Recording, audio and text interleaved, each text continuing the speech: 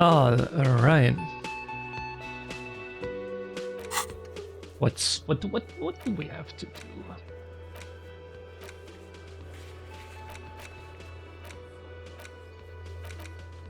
Oh yeah, wait, we have to talk to this boyo here. This is where you say your bit. Oh wait, I have to. I always forget. I have to go back on this side again. I have to go on this side and then I have to do this over here. Yeah. Detective. Precinct 57's finest scans the room, leaving the speaking to you. He trusts you, maybe against his better judgment, but he does. Won't say anything. Hey, dipshit. You hard of hearing or something? The boss man's talking to you. Cross your arms. What, is he fucking kidding? This guy high or something? Hey, asshole, up here. We're talking to you. We are looking for Titus Hardy. We need to talk about the man hanged out back. Oh, this is about him. A real looker, that one. You sure took your time, huh? Waited for him to get real ripe and pretty for you. Of course. Oh, he was a real pretty boy. Hanging up there, letting out that pretty boy smell. Pretty boy spell. I can't for the life of me understand why you did it. I mean, I would have just left him up there. You must really like cleaning up other people's shit. You might want to start asking your questions now. It's not going to get better than this. These guys are so macho, they're ready to confess to first-degree murder. Ask if it was them. Scan the room first. No. I's here. You got business with my boys. You got business with me. Okay. The boys are too eager to please him The to keep their mouths boys. shut. You're gonna get a good head count here. Just Okay. wait. Yeah! You fuck with the Hardy boys, you fuck with Titus Hardy. All right. Relax, okay. Dennis. No one is fucking you yet. Or ever. Yeah, Dennis, calm down. No one's fucking you, you stupid fuck. Let Dennis enjoy his fucking, man. We don't mind. Yeah, you're not even being fucked, Dennis. Easy, fellas. We got company. Let's see what brings the cop around. Yes, it's like Too TF2. late. You already scanned the room. You got a pretty good picture. Picture what? Of the actors here. You could take another look at the tracks in the mud on the crime scene. Compare it to these guys. The man hanged in the backyard. Did you do You're a it? pretty boy. You guys really love talking about that pretty boy. Oh, slapped that pretty boy. But my partner and I have a serious matter to discuss with you. I have spoken to a dead man in the bizarre occult vision. That is fucking bizarre. A magic man. A goddamn magician. The lieutenant waits for your reply, patiently. His foot taps only a little. He said love did him in. Well, fortune teller.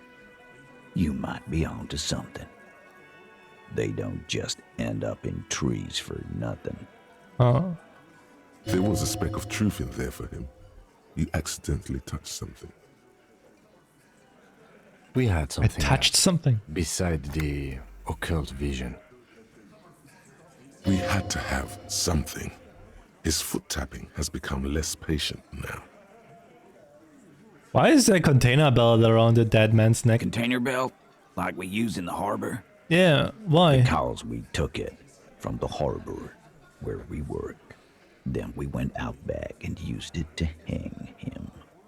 As he speaks, his fists contract, going through the pulling motion again, savoring it. We did this together All of us. Until he was dead. That's why there's a container belt around his neck. Uh-huh. So you just confessed to murder? Goddamn right. No. These 7 honest men have equally come forth. They told you what happened so that you don't waste any more of your time. So why did you kill him? Why? 'Cause he was worthless mercenary scum. And he stepped out alive in my town. So he was a mercenary, that's it? And he stepped out of line. What kind of mercenary? The kind that shows up when you start a strike. The experienced kind, too.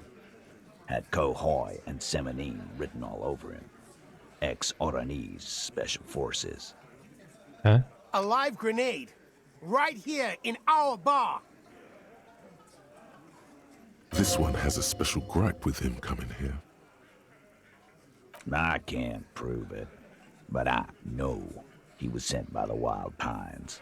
They hire merc shit like that. Story of every strike from here to Samara. Hold on, how do you even know he was in Special Forces? Cause one night he walked straight up to the mic and said, I'm Oranese goddamn Special Forces, and I'm gonna fuck you all. Really? Really? Yeah, really. Had a gin and tonic up there, sang some Oranese paratrooper song, and said he's gonna fuck everyone. We couldn't believe it either, but he fucking did, right there. Like some kind of animal. Soleil Yo, One just Sola! subscribed for 66 months. Thank you so much. Is 66 Disco dead months. yet? I'm guessing Disco's dead. Yeah, they're all fucking each other, man. They're legit all fucking each other. Right, but what did he actually do wrong? Wrong? He harassed women, raped one, harassed workers, threatened to kill some as a warning. There's a slight unease in him, suddenly. He regrets mentioning the rape. To kill us all, if we don't open the gates, if we don't let the scabs in, if we don't bend over. And that was before he started coming here. Yeah, he said it was his favorite joint now. Started coming here every night. Drinking, grabbing girls. Grabbed one of ours mid-karaoke, right there on the stage. He grabbed someone? You better not grab me when I'm doing karaoke. Yeah, this girl's on the mic. A beautiful girl, young. Gets into the second verse of Lover Lake. The fucker grabs her legs, starts screaming. Show me your cunt! Why don't you show me your cunt? Then, he gets knocked on the head with a wine bottle. Doesn't even fall down. Was this the same girl who was sexually assaulted, raped, you said? Aren't you fucking listening? My man is talking to you. He took care of it. They got the girl out before anything else could happen. Yeah, me and Eugene got her out. Aren't you fucking listening? Right, but who did the rape then? This is a very serious allegation. No, you're not getting the name. That's a Martinez matter. And I'm not discussing it with you clowns. How did you kill him? We hanged him up by his neck until he got real still. Wasn't that obvious, copper? Didn't they teach you anything at the cop school, idiot? You're pretty sure you've had at least 2 years of cop school and many more of active service. Certainly enough to not put up with this backsass. Deliver a knockdown observation. We need more. Did you muffle him? We haven't heard any reports of screams. Titus, you don't have to clarify anything.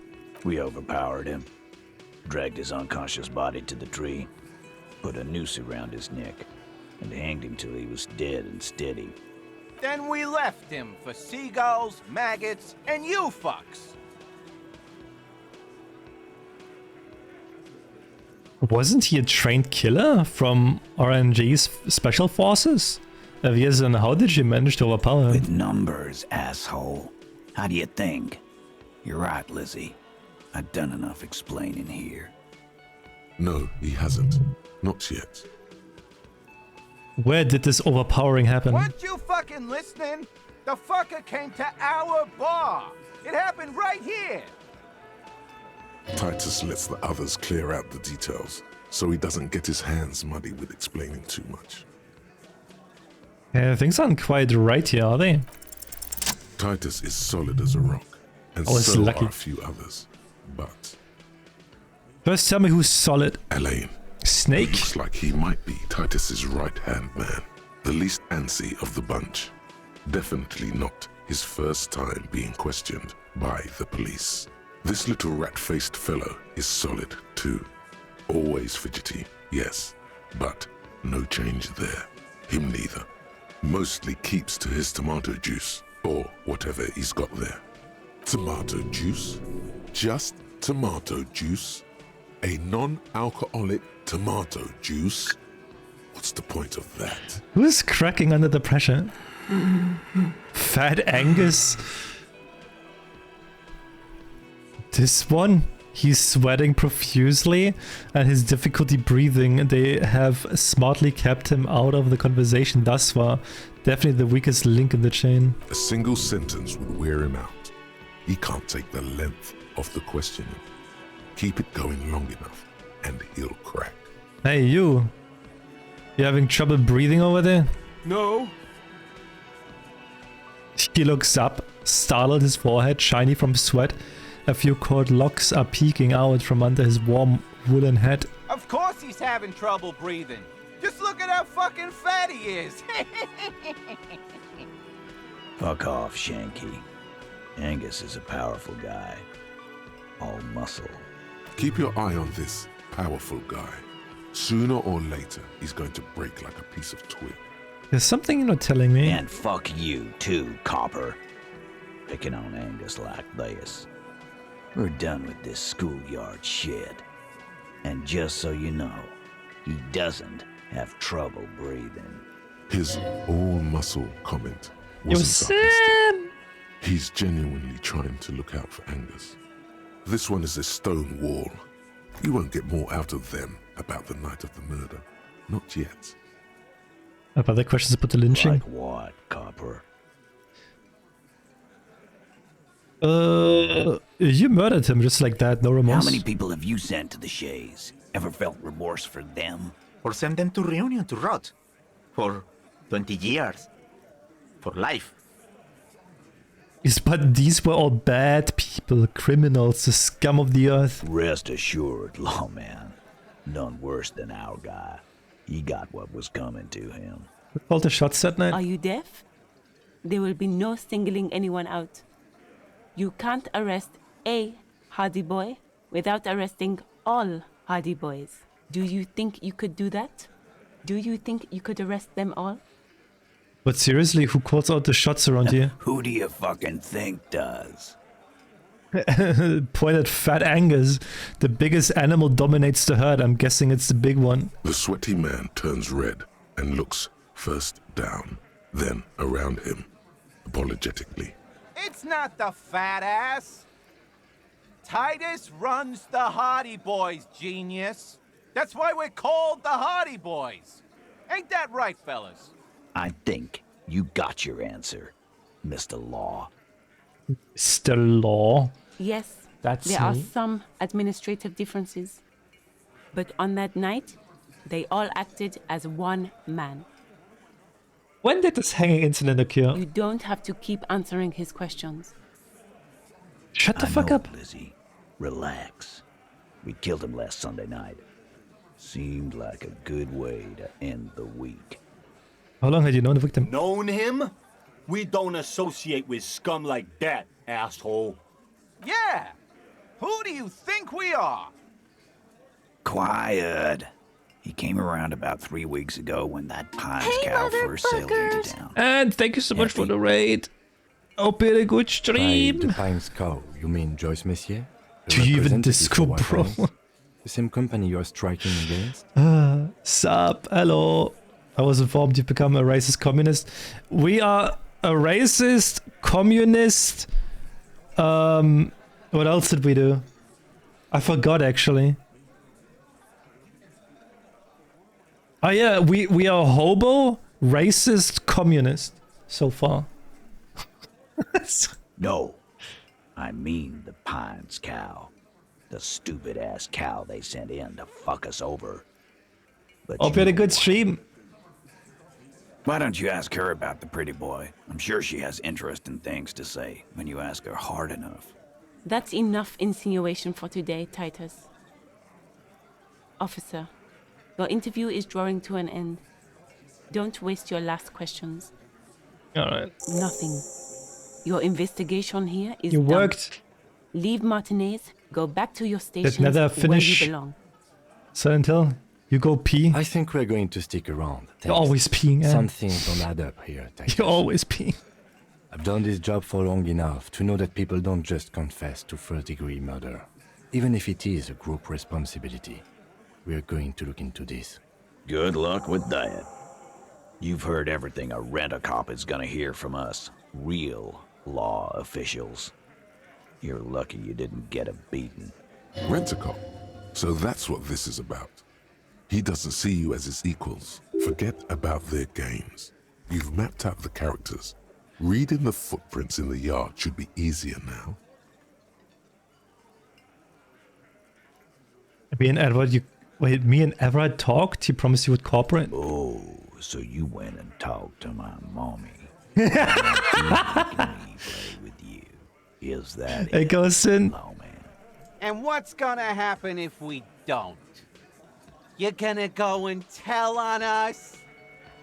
But don't you push me some more and find out, Gimp? You gonna let him talk to me like that, Titus? Let's see. Yeah, I guess I am, you big pussy. The old man sent word you'd be around again.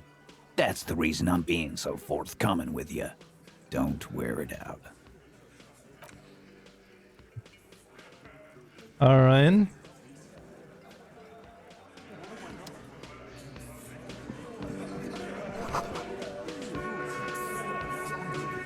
You see hawthorn bushes outside. Behind the dockworkers, a ceiling-height window. The hawthorn branches scrape the glass like bony fingers.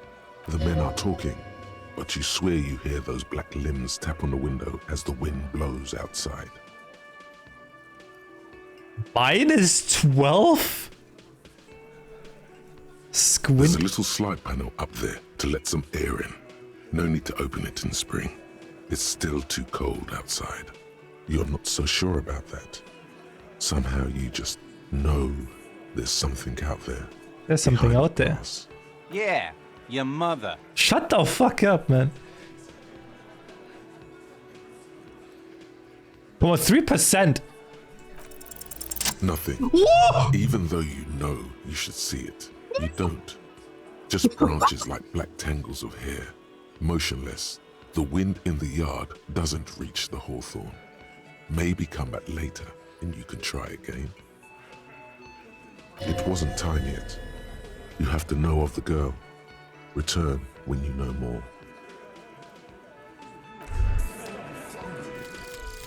Call the Mama Dakwa.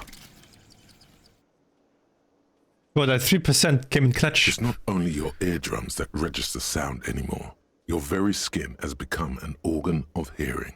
Looking for a whisper light and low. A god who's very, very silent. Nothing escapes you. A cockroach in the other room. A candy wrapper falling on dry grass. A drunk falling from a chair in a bar 20 meters away. In fact, you haven't heard the Call du Mama Dakwa, but you have discovered that you have amazing hearing. It must be the only part of you the alcohol hasn't drowned out. Keep listening. That's the 3 perception.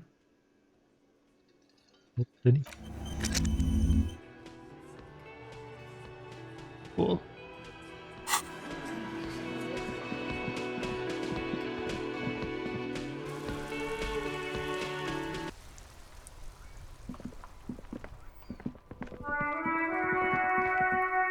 You see a set of tire tracks in the brown slush that covers the plaza mosaic. Why am I looking at this? Cop habit. You look at everything. What kind of vehicle drove through here? Hard to say. Alright, 70%. No, these tracks are not interesting at all. Let the street sweeper just sweep them away. Okay. Wait, Deprimi, you here?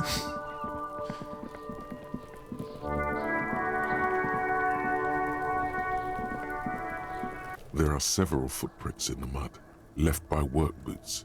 Anywhere from 6 to 12 pairs have walked here. 58%, come on. Wow, still not doing it. You're bad at this. Why is this so complicated? I keep failing. Maybe you keep failing because you suck. Shut the fuck up!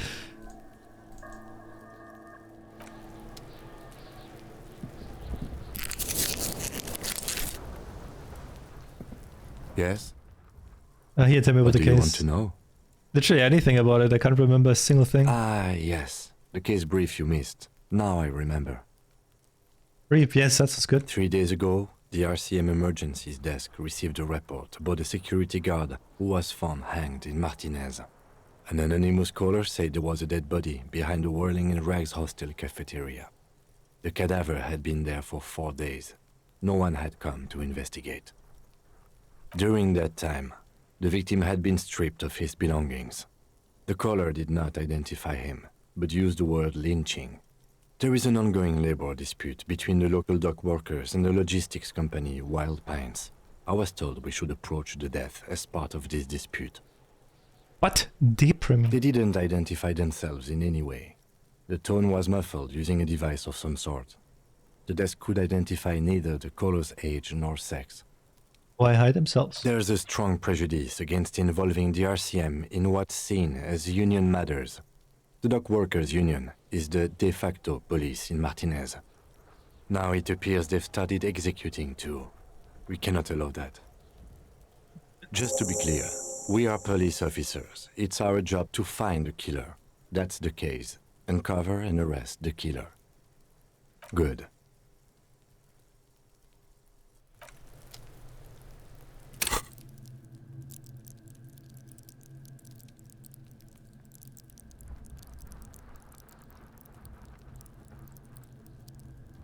If my intellect is so fucking low.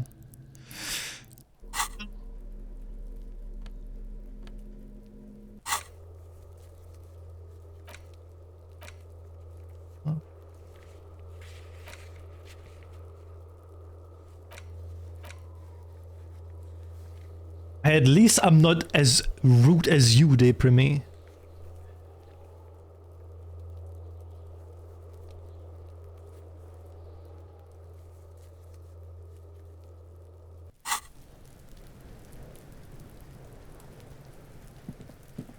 The rotting man lies on his side with his eyes looking straight through you.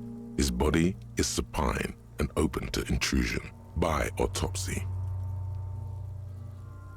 The lieutenant adjusts his glasses and takes a deep breath.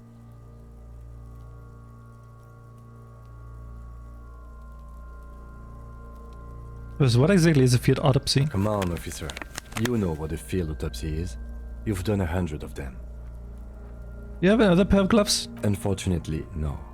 I take it like a man. Wait, I have gardening gloves. Are they maybe enough? They are better than nothing. Tell you what, I perform the anatomical side of things while you will take notes. Alright. We just fill this in, right? Show them the red field autopsy form in your ledger. That's right. You knew it because you inspected your ledger. The lieutenant is relieved you know the protocol. Alright, open your ledger. The dead man stares in silence as you crack open the ledger. The bright red paper is covered in boxes and lists, describing the condition of his skin and organs in 3 parts. Have a safe drive, Deprimi. Above those, an 11-field info form needs filling out first. It begins with... Begin.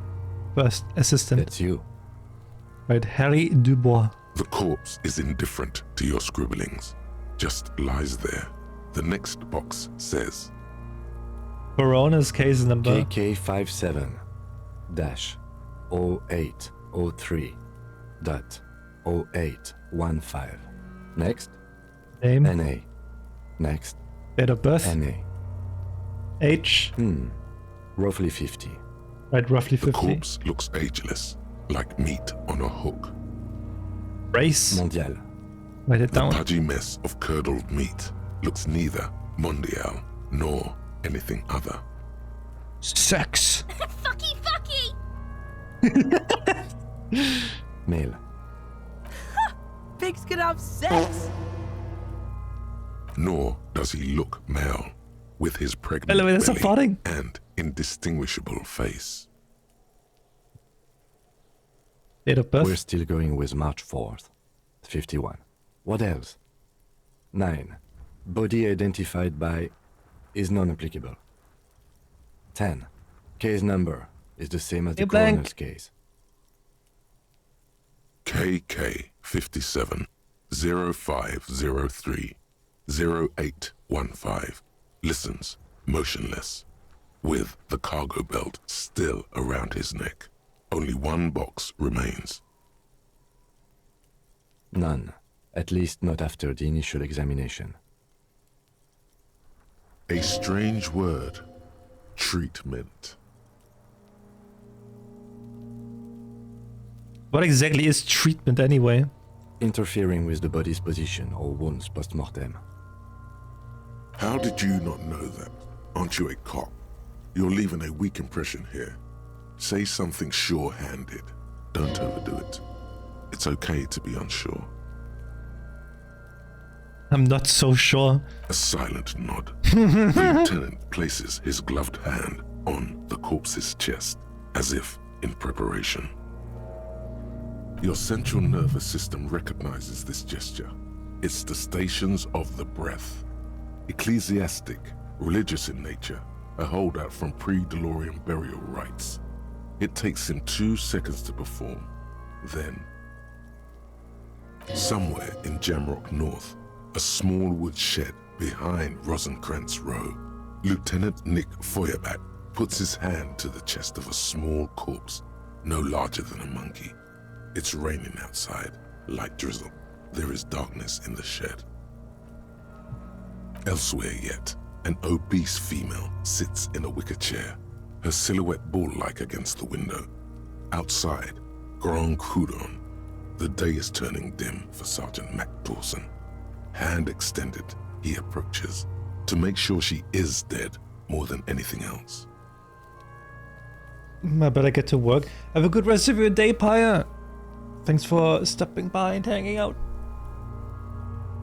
The building is tall, 7 stories wind-wrapped in solitude. Most of the apartments are unoccupied. This was a suicide. The other, an accident. The small one. And so, all across Jamrock, Coal City, GRIH, 42 deceased persons found today. 42 stations of breath. We should start the post-mortem. The corpse cannot feel Kim's hand on his chest. It no longer meaningfully interacts with its surroundings. A thicket of boxes and lists on red copier paper tries to answer why. External examination summary. Clothes. The deceased wears armored boots and white briefs. The make of the briefs is Babrodin, I think. Let's see. See, it's happening. Babrodin, yes. Inexpensive. Size M. Color white. The disappointment is palpable. The red-haired thing was expecting something more lurid. The boots are ceramic. Vitreous enamel. They are fused to his skin from blood flowing downward post-mortem. Removal of the boots is left for processing. When am I gonna get them? Patience. After the autopsy, before the body is taken away, there will be a window of opportunity. After the lieutenant has gone to sleep. I hope this has helped you, my liege. Tattoos. Hands up, feet planted on either side of the The body. upper torso is covered in a single, continuous tattoo, resembling a national pattern. It reaches from the right shoulder to the heart. The ink is blue and white. The assistant has a color photograph of the markings to be added to the case files as document A1. The photo is taken on the scene using a triggered mini. The deceased has a cargo lashing belt around his neck, tied with a hangman's knot. Color yellow. Length 3 meters. There is a buckle on the other end. Well-nourished, athletically built, measuring 1.8 meters. Generally consistent with age, about 50. Preservation is good. Ambient temperature, below freezing. Body hair is light brown. Distribution is consistent with age. The deceased had male pattern baldness. Hair is combed back, short. Touch the corpse's hair before moving on. His hair feels wet, soaked with rain, cold to touch. Not that different from a living person. Stroke his hair gently. The stench is suffocating. Strands of dark brown hair start sticking to your hand, like thread off a ragdoll's head. Keep petting him. More hair sticks to your hand. Hair off the rain-soaked head of a dead man. There are bumps and dips on the skull below. An alien landscape. There, dead man. You were someone's child. There, baby. The lieutenant watches you in silence. He's so done. Write it down. Short, light brown, male, pattern baldness. That was some sick shit, Sekopa. Lividity is consistent with hanging. The head is congested. Contusions are present on the head, chest, and thighs, consistent with stones thrown. Low velocity. Fucking low velocity? You think Kuno doesn't know what you're talking about? Velocity was fucking max. Talking shit about Kuno's velocity. In addition, there are bite marks on the face, scalp, and chest, consistent with predation. Ligature mark. Lieutenant produces a small folding knife with the other hand pulling on the belt. He starts cutting into the polyester. The stench is horrid. After a while, it's obvious the material cannot be cut. Steel wiring. There's too much of it. We need to remove the belt so we can get to the ligature mark. You got just the right tool for that. The chain cutters. Oh yeah, I'm prepared to pet the chain cutters. The hanged man lets out a joyous little bubble of rot from his nose. Good thing we got those chain cutters. Always good to think ahead. Now... He points to the rope squeezing the dead man's we neck. need to cut the belt to see the ligature mark below. Carefully, with as much precision as you can. See, my pig is gonna fuck his head off. No, he ain't. Your pig's a boring fuck.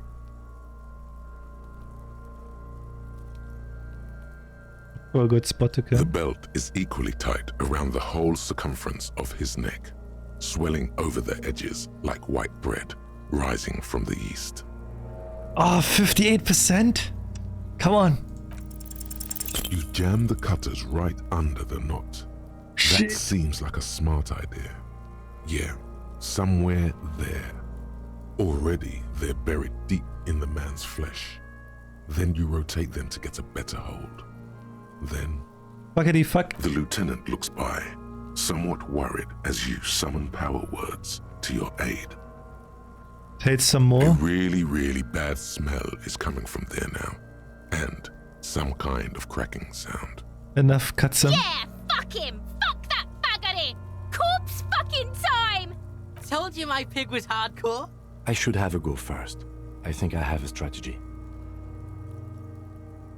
He sinks the cutters into the knot, Mizuz, preparing this to perform way. the cuts with his elbow to his knee for precision. Yes, that's much better form than you had. Listen, okay. I was 58%. Snap. The knot is slashed.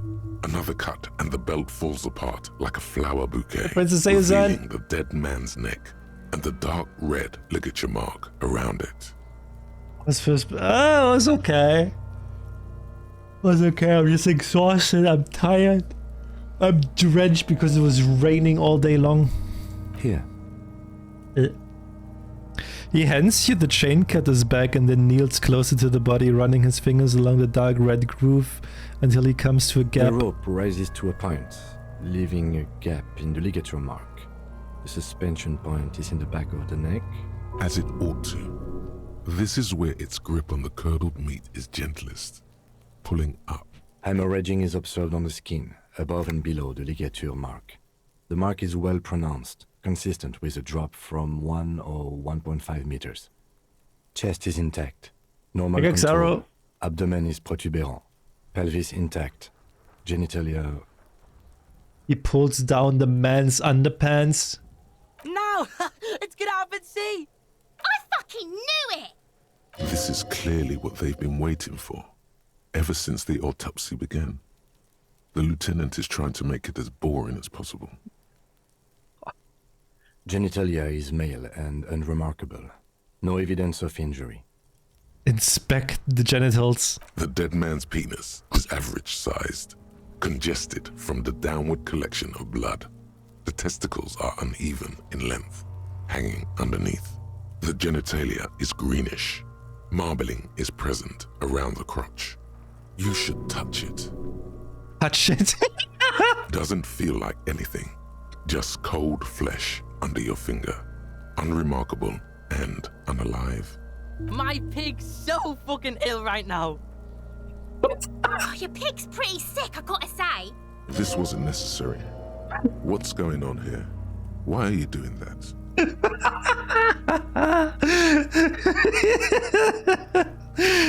I'm detecting police work doesn't have to be solicited. The lieutenant is unaware of what's happening in your head and why you're touching it. He merely expects you to write down his notes on the man's genitalia so you can move on. Oh man, does it look like he was enjoying his moment of death? Ah yes, your hunch before. We can have a semen analysis requested from processing, if that's what you meant. Yes, processing science, that's what I meant.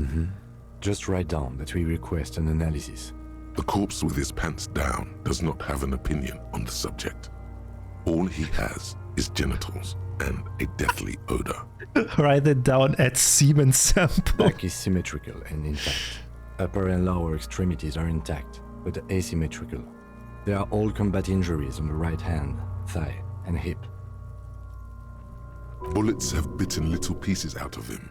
It must have been excruciating, especially the hip. Before you is a temple of pain that knew little tenderness in life. In addition, I see smaller, residual scars, too numerous to count, covering about 30% of his skin. But this is the body of a soldier, a mercenary. We have a real museum here. Of battles, wars. Write it down. Last item, hands. Pick up the hand. His flesh is cold, icy. Pleased to meet you. Where are you from and what's your name? My name is... I'm only fucking with you. I know where you're from. From Cappadocia. And your name is Il Corbo. What can I do you for, Il Corbo di Cappadocia? We have met before I've touched your genitals. That you have, Kobo, that you have. We're real tight that way. In that special way. We should do this more often. Be close like this, I mean. Hands are clean. No sign of injury from struggling. We were expecting it? I was. Maybe I'm just not seeing them. Honestly, this stench is making it hard for me to think at the moment. Working so close to the fumes coming from the corpse must be hard. You realize suddenly that the lieutenant has been barely keeping it together these past 2 hours. Maybe Kim should touch his genitals. Ooh. That's all for the external. Well done. What next? Well, internal examination. Central nervous system. I have nothing. Do you have anything on this man's central nervous system? Hey, Nikolai. It don't even have a joke. Nope. Right. NA. Musculoskeletal. Purge fluid is coming from the mouth. Not injury related. Eyes and tongue protuberant. Hyoid bone. Let's see. With his eyes almost closed, the lieutenant puts his hand on the dead man's throat and begins to massage it, gently, A rotting smell erupts from the mouth. Purge fluid runs down his lips, black and viscous. You hear cracks as the lieutenant moves his sharp fingers inside the flesh, like the creaking of an old house at night. Yeah, jack that fucker off! The hyoid bone is fractured. The rest of the musculoskeletal system is intact. Unremarkable. Respiratory system. Back hunched as if in a prayer, he begins to pry open the dead man's jaws. He stops to exert more force. Both hands are used. Oral cavity shows no lesions. The victim has received dental implants, possibly after a combat wound. Mouth swollen. Hemorrhaging present in mucosa of the lips and mouth. From here, it looks as though the clown-faced man is screaming. The tendons of his jaw are torn apart. Hyoid ripped from the force of the lieutenant's hands. Inside the dead man's mouth. No scream, no sigh of relief rises from the darkness inside. It's humid there. Sickly sweet air, unlike anything living. You feel like you're about to throw up again, straight in that mouth of his. Oh! No, you don't. You can keep it in. You can keep anything in. Look deeper inside. You manage to suppress the contractions trying to enter your stomach. All it takes is concentration. Through it, you see nothing but darkness. There are ancient mysteries down there, Kobo. Ask me later. Hemorrhaging present in mucus. The lieutenant repeats impatiently. He lets go of the jaw. The mouth snaps shut before you. Hepatobiliary. NA. Why, don't we have anything? Are you a hepatobiliary expert? I don't think so. Neither am I. And that's it? That's it. Okay. Same for toxicology and serology. NA. Okay. Cardiovascular. The body exhibits heavy lividity. Blood has gathered in the hands, feet, and neck. Hypostasis is visually consistent with the hanging. Gastrointestinal. He breathes a sigh of approaching relief. This is the last field on the list. He looks around to the ground. The pool of feces there. Digested semi-solid food in stomach. Voila.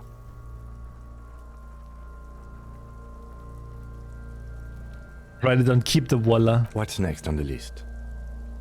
Description of injuries. Summary. Let's see. We have bite marks, contusions on the head and chest, and a ligature mark encircling the neck. You'll need 3 fields. Leave a 4th one too. What about the injuries we have inflicted? Oh, so we inflicted them? This is a team effort. You mean the incision on the thorax from a chain cutter? That was not a team effort, and I wouldn't mention it. Muddies the water.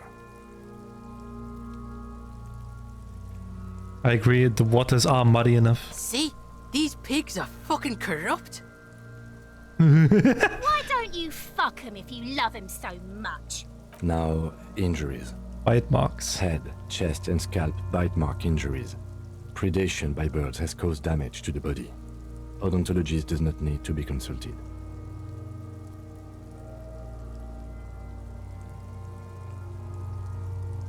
And your opinion, officer? Opinion, fatal injury. Fatal injury by seagulls? Hell yeah. This man was murdered by seagulls. No, he was not murdered by seagulls. Okay, it's not a fatal injury then. Yes, it's... non-fatal post-mortem. That's right. What's next? Contusions. So, the scalp bleeds from a post-mortem head injury, a stone. The injury does not have the rim of an early inflammatory response. The perpetrator on the scene has confessed to causing it post-mortem. That's actually cool that you can also do the autopsy if you're skilled enough. At maximum velocity, fucko! Has confessed to causing it at maximum velocity. The lieutenant's admission has caused great gratitude in Kuna. He is silent with it. Coagulated blood sticks to his scalp and chest, where the countless stones have hit the dead man. Beneath, the description of injury. 2 boxes. Not fatal post-mortem. Right. Next. Ligature mark. A dark red abraded ligature mark encircling the neck, with a gap on the nape measuring, let's say, 7 centimeters. The hyoid bone is fractured. The cervical column intact. I see hemorrhaging on the skin, above and below the ligature mark. Depth of the mark, 1 centimeter. No signs of clawing on the neck. Below the note, 2 customary boxes wait to be ticked. The man's head jerks to the side. The ring around his neck is visible. That's it. We have established cause of death. It's not much, and it leaves much to be questioned. But it's a start. Let's wrap this up. I pronounce this field autopsy over. How did it go? Well, we established probable cause of death. Some would say that's the goal of an autopsy. We requested a test to be run on the genitals. That was the règle. The results should arrive in a couple of weeks if we are lucky. I will not hold my breath. What else? We were thorough with the list of injuries too. We described them all in detail. What is there to say? Given the circumstances, it was a professional field autopsy. Oh yeah, well done, Master Detective. Maybe a drink is in order? Yo, perhaps a drink is in order later, I mean? Now, you see, that worries me. You will die if you drink. You know that, don't you? You are proving a useful detective. The organization would miss you. Please get yourself together. The lieutenant from Precinct 57 thinks. What now? I need a copy of that autopsy form. Then I will drive him to Faubourg. Report a copy? For processing. He looks at the dead man one more time, then at the slip of red paper in his hand, then drops again. Did I miss something?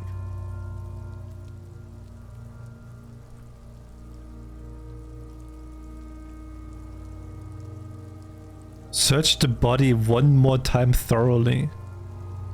I tried to remove the dead man's boots. I thought we decided to leave it to processing. Let's not turn this into some kind of circus. Alright, search the body one last time. You run your hands over the victim's cold body, his limbs, his torso with its swollen organs.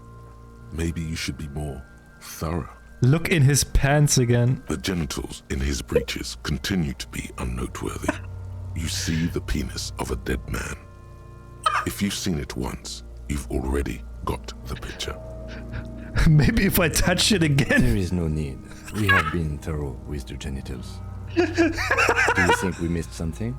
You can't shake the feeling that there are more secrets concealed in the flesh before you. There's something we're not seeing. Okay, well, we are in livor mortis here. He is disintegrating. We need to refrigerate the body if we want to conduct another examination, and we need to do it fast. Can't he just be like hanging out here for a while longer? If you want for this task to slowly become impossible, then yes. Otherwise, no. He's been hanging out far too long already. We need to ice him. Not to mention the damage that would be dealt to the force's reputation by the corpse just rotting here like this. Yeah, where do we find a fridge? Hey, wasn't there a giant ice bear sarcophagus below that building? He points towards the commercial area. Why, yes, there was. It was massive. Red eyes glowing in the dark. So that's what the ice bear shaped refrigerator is for? No, that's an overstatement. It's not actually for storing cadavers, or at least I hope so. I think we should take a look at it first. Make sure it's big enough before we carry him over. Let's move. With every hour, whatever we are looking for in the deceased will become harder to find.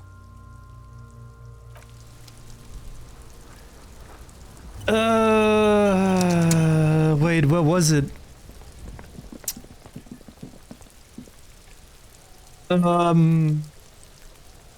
Wait, was it in here?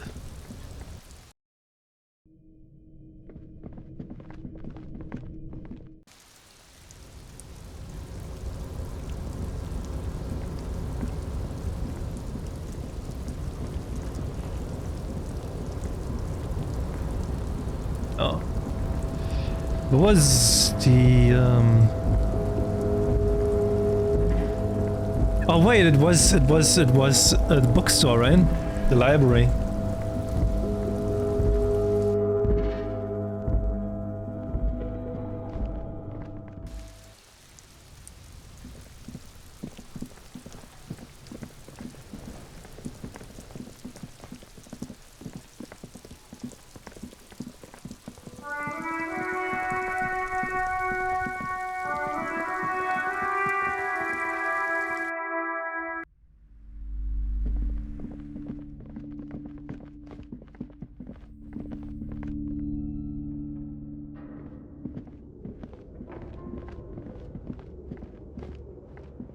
Actually, was it here? Wait, what do you want? It's dark. And the flashlight works a lot better if you hold it in your hand. Wait, flashlights go in hand? Stare at your hand uncomprehendingly? Yes, you might even call it a feature of the universe that you need to hold tools to use them. That makes no sense at all. I'm sorry, the fundamental laws of the universe don't seem to agree with you, detective. But the fact remains that it's too dark to see in here without a flashlight. So come on, we've got work to do. Some areas...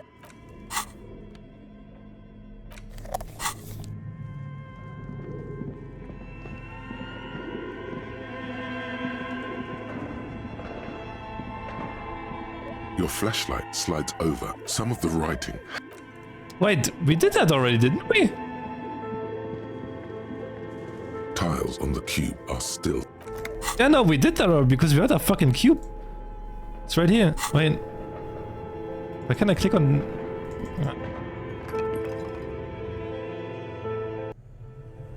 Yeah, here it was. The bear's eyes are dead and empty. Ice inside the fridge, slowly melting. The power has been cut off. So what do you think of this fridge, Kim? It looks big enough for 2 corpses. It's certainly an eccentric choice, but it's more than big enough and cold enough. Honestly, it's perfect. All we have to do is plug the fridge back in.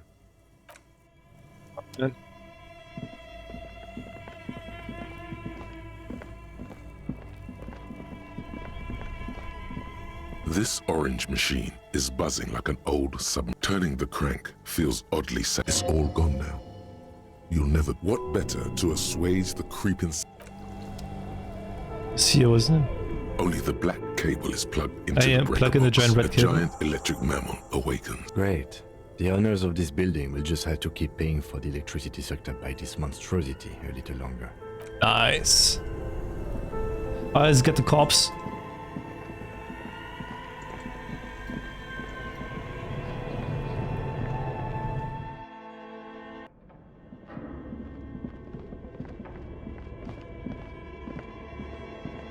Let's get the fucking corpse.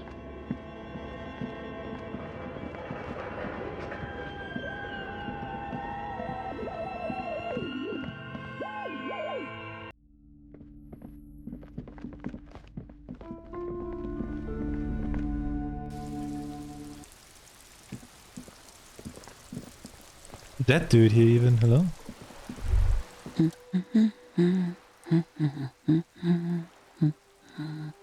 A good one. Yes? Hello? Who are you? Me? No one. I'm just a working class woman. She doesn't really want to be disturbed that much.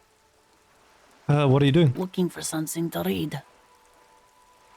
Good, good. It is. I'm a policeman. I know you are. Everyone can see that. The rectangles. I am the law. Do you need help of a policeman? What with? Maybe your husband is missing. My husband? No, he's not. So where could he be? I don't know. At home now? Out drinking with his friends? Working? Where is this going, officer? So what I'm hearing is you don't really know where your husband is. Yes, but... I don't really need to know where my husband is. Not all the time. Wouldn't you like to? No. I can totally help you find your missing husband. Why are we still talking about this? I haven't lost my husband. She has, though. The husband is totally lost. You should tell her that it's okay. Hush, baby. What? It's alright to not know where your husband is. Nothing shameful in Who that. said anything about shame? Stop talking down to me. My husband is not missing. But he is. You can feel it. Or maybe it's something else then. Maybe your children are missing. No, absolutely not. Okay, so where are they? Are you a policeman or a nanny? I police whatever I want. Where are they? They are not missing, sir. You know where they are. They're at home, smoking, giving the ladder of vices a chance. What if something horrible has happened? What if they're dead? That's the bad vibe you got before. They're at home, right? Smoking cigarettes? What? That's just... My daughters are perfectly fine. They're with their friends down in Jamrock. There's nothing to worry about. She's getting upset. Her voice has risen as she tries to convince herself that her daughters are safe. They're almost grown up now anyway. They're past the age they need me protecting them from everything now. I'm afraid the danger is no greater than ever. Tell me, how old are they? My youngest girl, Jolie, is just shy of 16. Jenny, she is turning 18 next month. But we shouldn't even be talking about them. And can you describe me their appearance? Any features that stand out? Something to make identifying a little easier? Why do you need to know this? Haven't I repeatedly told you that they're not missing? That they're in Jamrock, safe and well, at some stupid party? Did someone say party? You could use a party. Hunt it down. I could do a party, a killer party, not a lame one. A killer party? What is it with you and Pulp Staples? My god. Please, no more talk about my daughters. They are fine. Your cockatoo is missing. I don't mean to disrespect, sir, but you are being a bit of a cockatoo here. For what it's worth, I agree. But cockatoos can't be stopped when they get ladies. It's better to indulge him at this point. Bam, I was just asking about your cockatoo. Is it missing? I don't even have a cockatoo. And guess what? What? Even if I had, it wouldn't be missing. Alright, cockatoo is not missing. I just wanted to make sure. Great. Just one more question. What did she mean by me being a cockatoo? Nothing. Go read up on them if you're so interested. There's a great book in the bookstore. Maybe you should. Actually, that's exactly what I'm going to do. Thanks for the tip. Wonderful. The store is open. Mind your heraldic, but wait, what? Her hands move over the book covers. The tips of her fingers look rough, stained with yellow. It seems like she has spent a lot of time at work, smoking. An array of neurons fire up with joy. Bum her a cigarette, lest it turn to pain. Do you smoke? No, I don't. I know for a fact that you smoke. Why do you think that I smoke? Your hands look like they belong to a heavy smoker. It's not like yours look much better. Take a look at your hands. She is right. Your hands look even worse than hers, with tiny cuts and gushes covering your skin like a spider web. Your fingertips have become an ugly shade of brown. Just give me a cigarette, please. I already told you I don't have any. Go bother someone else. She's lying. She's goddamn lying. She has smokes. Just give me a cigarette, okay? Don't lie. Sorry, officer. Do you know where I could get a new pack? From the kiosk? There's one near the harbor. It's a frita. You A can look it up. frita. Alright. She sighs. The woman before you. The frita. It takes willpower to even read the author's name. Jan Kaus from Igaunia.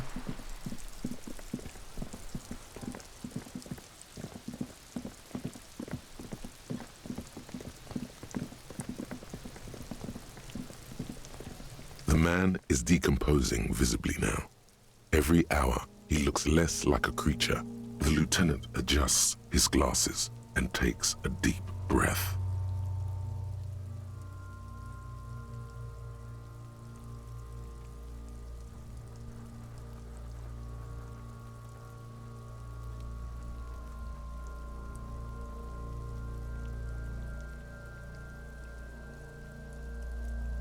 I thought we decided to leave it to processing. Let's bag him. If you think so, officer, I'm not going to object. I need a little help for carrying him to the holding pen of my kinema. I'll take it from there. There go those beautiful enamel boots. May they rest in processing. What should I do in the meanwhile? Continue working here. The locals, the case, or attend to your own business. I will meet you downstairs in the Whirling in Rags tomorrow morning, 7:30 sharp. This means Lieutenant Kisuragi will leave the party until tomorrow morning. You're free to do side tasks and even the main case, though it might be more difficult. If you have nothing to do, read books or sit on the bench on the plaza. Yeah.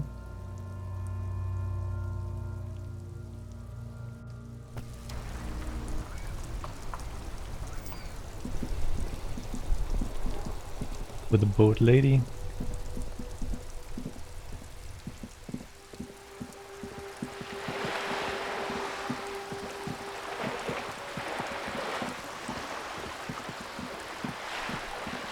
Sad that I couldn't get the boots, but I think if I would like even wait till tomorrow, I don't think I would get the boots anyway. I feel like my dude is too dumb for that.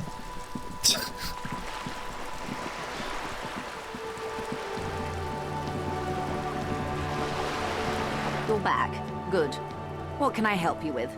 Not an umbrella, I hope. I don't need one myself, you see. All around you, rain keeps falling down. On the wooden boards she's standing on, and on the water around you. Neither do I pet your similarly wet coat. Very rugged. Good choice. Now, I suspect you had questions. Nothing like talking to pass a rainy day. Yeah, I've Am got I some more right? questions. More lessons in basic reality? My favorite part of the day. Go ahead, ask me anything. What times are these? These are unimportant times, Detective. You and I were born after the dust had settled. 1,000th of a second too late. Wait for what? For the big time. The smile of a predator. No doubt what she's got in mind. What a predatory streak. All men are predators, dear. Nothing much to be done about that. It's So- all a matter of where you get to file your teeth. What's the big time? The revolution. And what is this revolution I keep hearing about? It's quite easy. Every 100 years or so, our species gets together to decide what's next, who gets shot in the head, and who gets the mineral rights. It's a real kerfuffle. Who got shot in the head? Those would be the communists.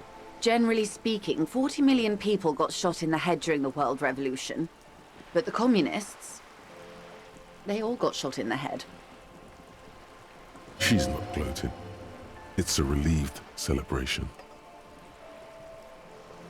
Oh, and the anarchists too. They shot them well. So well, one forgets they even existed. The communists and the anarchists shoot back? Did they ever? Before they got shot themselves, they shot 2 million people. Truly a kerfuffle. Yes, the Insulindian deluge, they call it. Anyone else got shot in the head? On the opposing Oh, side? lots of people. Even the king got shot in the head, or thrown beneath a horse, or drowned. Accounts differ. It was unceremonious. Just as well, he wasn't actually the king. Just the king's nephew. The real king abdicated and lived out a long and productive life as a venture capitalist in Grad. I love that king fucking communist. Which one? Actually, it doesn't matter. King Guillaume has always been my favorite. He could smell a PR disaster brewing. So he got out alive, and his nephew, Fricelle, got shot in his place. Him and tens of thousands of his wonderfully fascist kingsmen. It was a wild time. But the mineral rights. The liberals got the mineral rights. And by mineral rights, I mean everything. By liberals, you mean? Liberals are usually middle-class people, Detective. Or the remaining gentry. The beneficiaries of the pre-revolutionary arrangement. Some were rich enough to stay with the Constitution, with monarchy.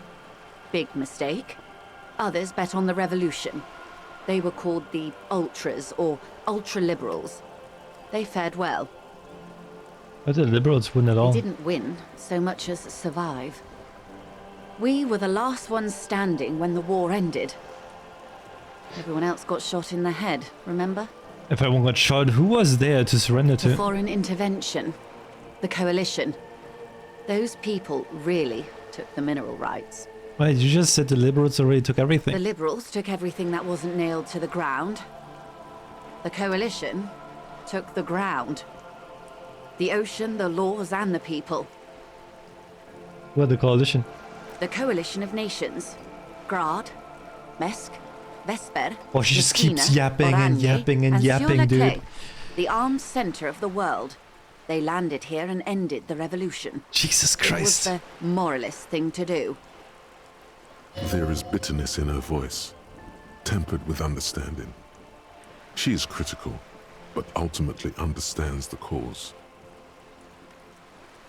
Yeah, but bro, I don't even want that she fucking yaps about it. I just want to believe explain. in keeping everything exactly the way it is. They believe in mineral rights and not shooting people in the head.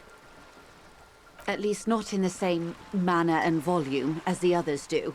They are the long-standing provisional rulers of Revachol now, the coalition government. The rulers of Revachol, and also the world. These guys are strong. This is their zone of control. They embolden the RCM with crumbs of the same law they took. Technically speaking, you are a moralist. If always picking the option that doesn't commit to anything, then hell yes, I am, and also not. An almost endearingly moralist standpoint. It must be hard to take a moderate approach to head shooting in your line of work. And was this kerfuffle? They are what they are. Oh shit, no, it's enough Who about knows? that. Okay. An afterbloom may yet come. Anyway, enough sentimentality. Is there anything else you want to know? What are you? What I am not is a basic term of reality. Everyone wants to talk about themselves. She will, in time. Hey, what is this? A bird? Keep guessing. Sphenicid? Keep guessing. A flightless bird of the polar regions? Keep guessing. Some sort of krill hunter? No, wait. You're an ancient ruin. A symbol of hubris and decay. Are you saying Half I'm submerged in ruined? some salty sea. Of course you're not, my dear. I'm just terrible at guessing games. I meant, what is this place here? Ah! This is the pier of Rue de Saint-Ghislain, 33A, where the tenants have been kind enough to rent me a slot. Or two.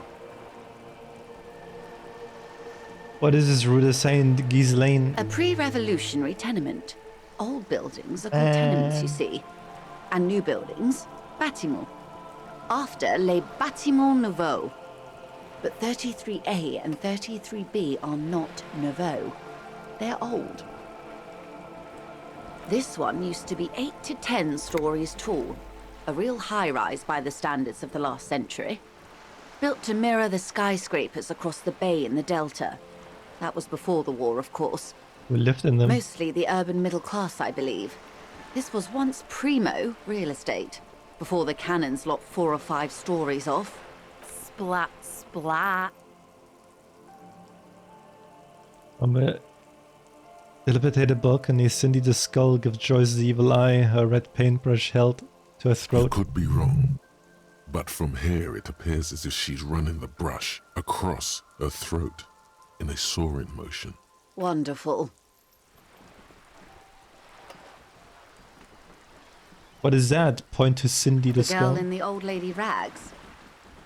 Yes. Looks like a sullen and rebellious member of a teen infraculture. Infraculture? Yes. You and I belong to the supraculture. We're common, the herd. The music on the radio, the food in the chain restaurant, those are all too popular for the girl in the old lady rags. She prefers a fantasy world, an infraculture with its own dress code and vernacular. It is an illusion, I'm afraid. There is no refuge from the supraculture. I understand everything, make it more complicated somehow. That's how simple it is. One may dye their hair green and wear their grandma's coat all they want. Capital has the ability to subsume all critiques into itself. Even those who would critique capital end up reinforcing it instead. All right, what next? Where's the RCM? Nothing more nor less than the de facto law enforcement body of post-revolutionary Revachol. They said de facto? Yes, that means not de jure. The RCM acts in what is poetically called the twilight of international law, both at the behest of the coalition government and to its chagrin. That's for the who I am part then. Permit me to conclude with this. Who you are to me is the police, the only legitimate law enforcement authority in Revachol. And if those authorities drink so hard they need help recalling the basic terms of reality, well, I am here to help. Okay, what is... A strange coldness comes over you as you look at the world. The waves sway the sloop slowly. That's all. It's on the tip of your tongue, a doubt of sorts already in your head. Glad to have been of assistance.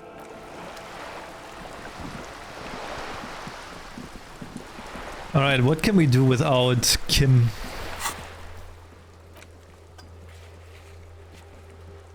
I guess we can read up on those cockatoos.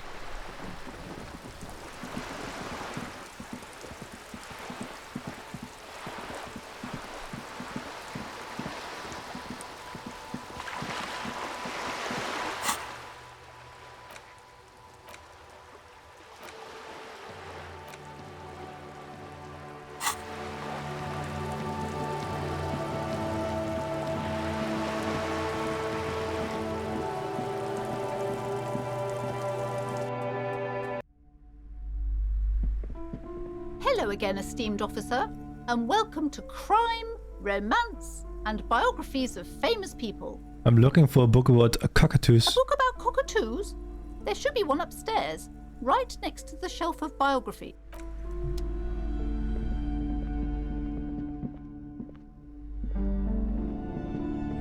A sulfur-crested cockatoo sits on the cover, its beak slightly open. It looks as if the bird is calling out the book title, From A to Zurich, a guide to a well-behaved cockatoo. Flip through the Turns pages. out that there are so many different cockatoo species, and they all have behavioral problems. What about this guide to cockatoos, storekeeper? It's a must-have if you own a cockatoo. I've heard they're quite capricious. Oh, a nature enthusiast. Good choice. I knew it was a good idea to keep that around.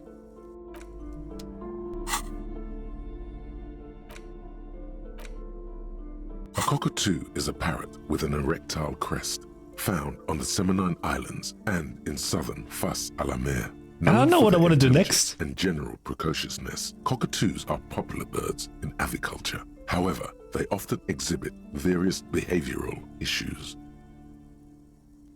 A hobo, racist, communist. Well, what else do we want to be? This book talks about the delicate nature of toos, as well as introducing some of the most popular species among this the bird wild enthusiasts. The funeral cockatoo, the major majestic cockatoo, and the most common bang bang cockatoo. Yo, the bang it's bang. colorfully illustrated. Despite its banging name, the bang bang cockatoo is actually the shyest of the species, common in almost all Seminoles forests, as well as zoos and homes all over the world. Its plumage is mainly gray and white. The Seminoles name bang bang is thought to be of onomatopoeic origins. What problems do these birds have? Where to even begin? All cockatoos are known for their needy natures, requiring attention for at least 2 full hours a day. They love to talk and have been described as lovable clowns who just don't know how to wrap up. I could tell him that it would be nice to have someone to talk to when feeling lonely. Pet owners also report moodiness, loudness, and hostility as recurring issues. If left unsatisfied, cockatoos may scream non-stop, pluck their feathers, or become aggressive. Right, that's pretty bad. Anything else? It is not recommended to get a cockatoo if you're not able to cook them food every day and give them the full care that they need. These birds will never understand that you have a life of your own. Yes, but there has to be something great about cockatoos You're as well. right. Cockatoos are magnificent creatures. They love to perform, cuddle and show off, and will even scream for fun, often as loud as up to 135 decibels. Ouch. That must hurt. Read about a funeral cockatoo? This is a yellow-tailed black cockatoo. Its specific name, Psittacus venereus, relates to its dark and somber plumage. This bird looks as if dressed for a funeral, 24/7. There is something indisputably ominous about it. Ooh. Read about the major majestic cockatoo? Perhaps the most impressive of all the species, the endangered major majestic cockatoo, is often described as the most flamboyant bird in the jungle. its pink-colored wings and flowing crest embellishing its proud and bumptious nature.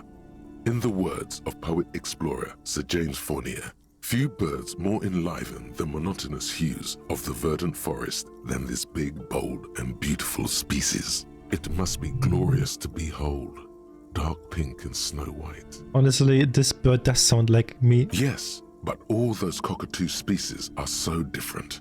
Which one are you? What if I'm just a fuck up and a cockatoo? You're right. You're a fuckatoo embodied. This sorry-ass bird belongs on your heraldry. It probably doesn't even have feathers and only screams.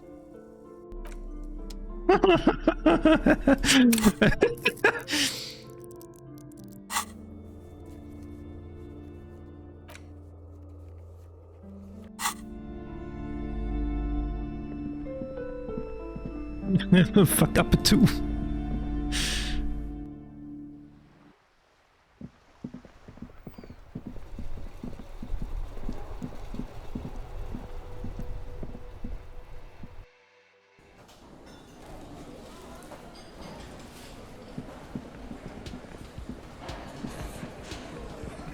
Looks like the circus left town, but the clowns are still here. Establish authority. Ooh. Ooh. As you look around this room full of sweaty men, swearing, drinking, spitting out tobacco, does this look familiar?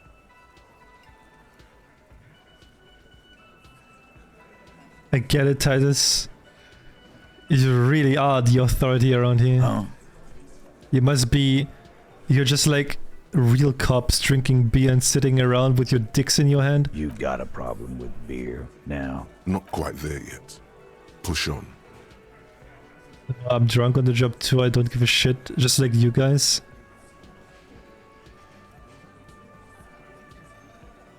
Speak for yourself, buddy.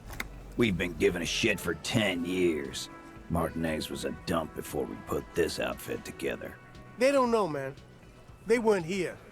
We had 3 shootings a week, kids dead, fucking graffito everywhere. You cops haven't shown up since the 30s. Congratulations, all I see you is sitting around talking about Monica's titties while there's a rape victim. So what? What do you want from me? We took care of that fuck. Don't let him drink that. One more push. Quick. Just don't antagonize him. You have this already.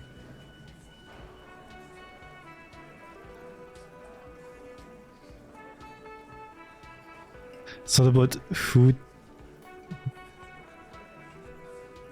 Someone's been raped. She needs counseling. We need to talk to her. Titus? She stops mid-sentence. That's it. You got him. He's going to give it up, but on his terms. You want to talk to her, cop? Fine. I'm gonna let you talk to her, but you treat her with respect. If you don't, if you question her, harass her, a freight train of pain, buddy. What's her name? Glacia. I'm on due. She's staying here at the Whirling in Rags, a real pretty one. Silvery jumpsuit, blonde. That's I'm on due. With an O-U. Shit. The girl upstairs? That can't be her. She knows you drank so hard you forgot you were a cop. We also gave her the expression. Oh, it's her! It's definitely her! It's Miss Oranje, disco dancer!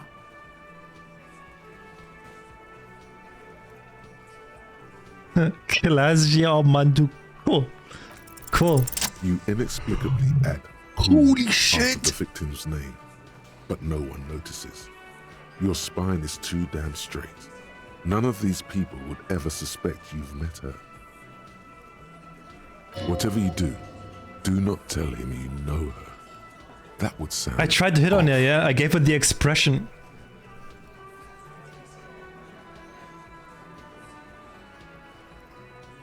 When was the relationship with the mercenary? Relationship? No, There was I no fucking succeeded. Relationship. He raped her.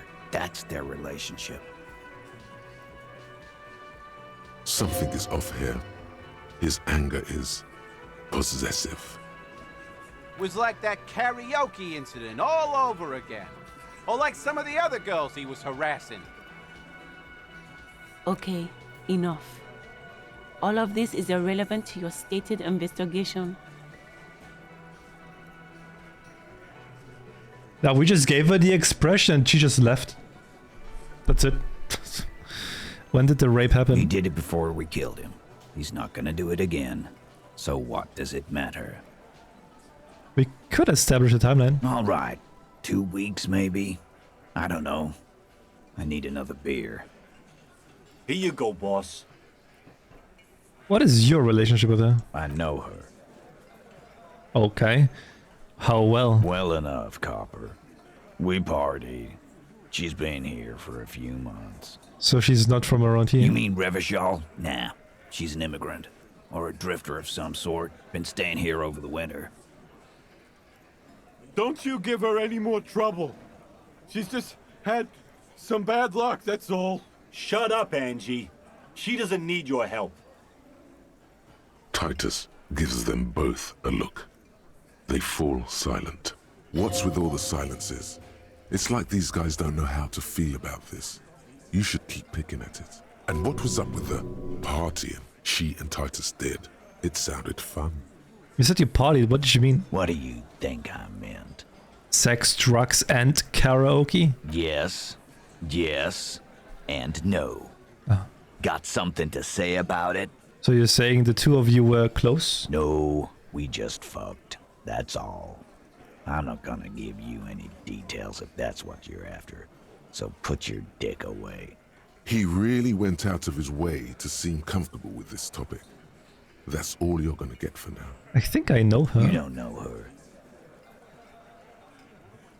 Good boy. Okay, this turned out better than expected. Hey, thank you, I'll talk to her. Remember what I said. Freight train of pain. Yeah.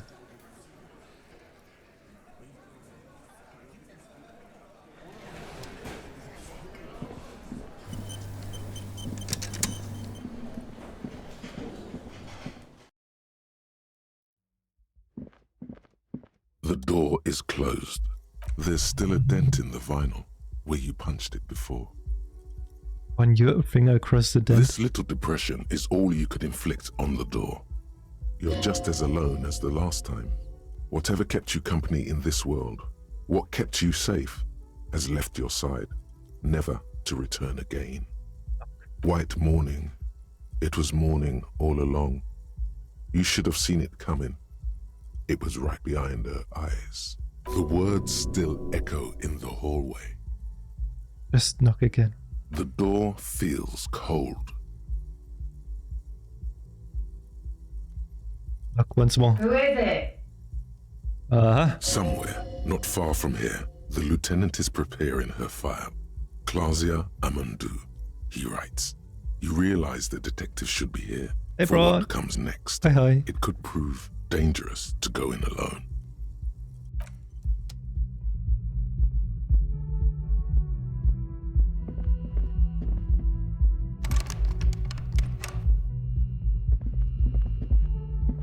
Wait, how do I get to her even? Because she's up there, isn't she? How would I get up there?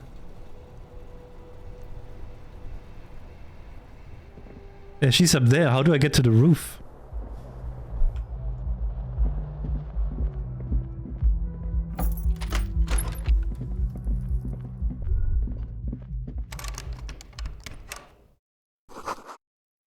Words fair to describe how rank it smells in here. They should have sent a poet.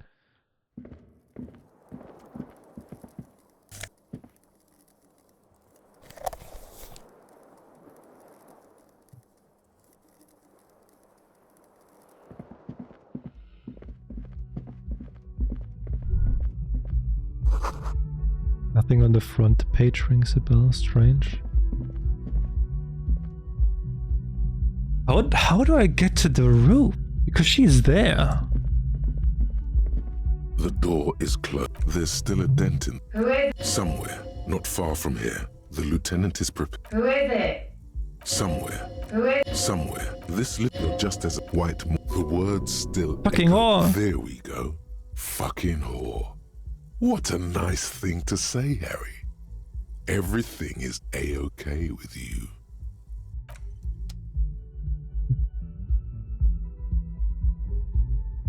Please tell me, because I have absolutely no clue. But I need to go up there.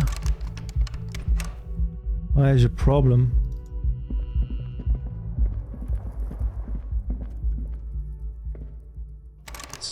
Can't open that.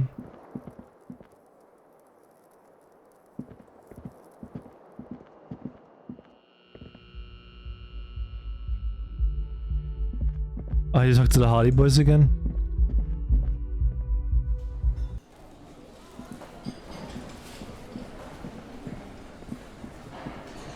One lonesome clown. What a sad side. What do you want?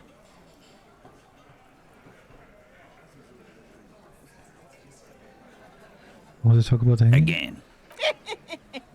Good one, Titus. About fucking. Again? Yeah. Again?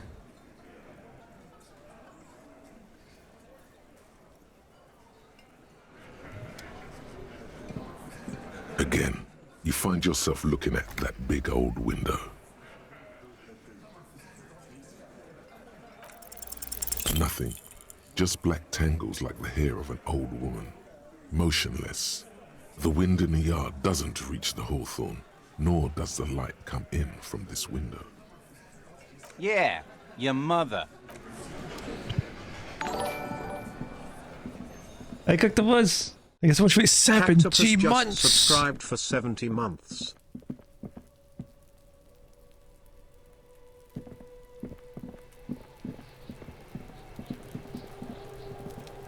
Thank you so much.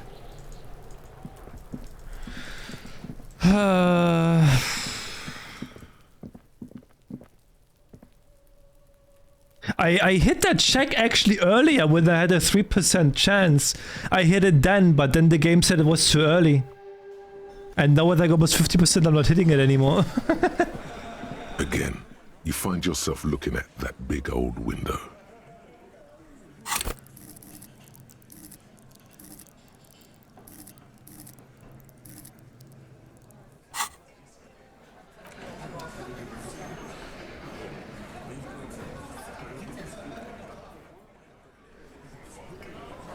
I guess what we can do is I can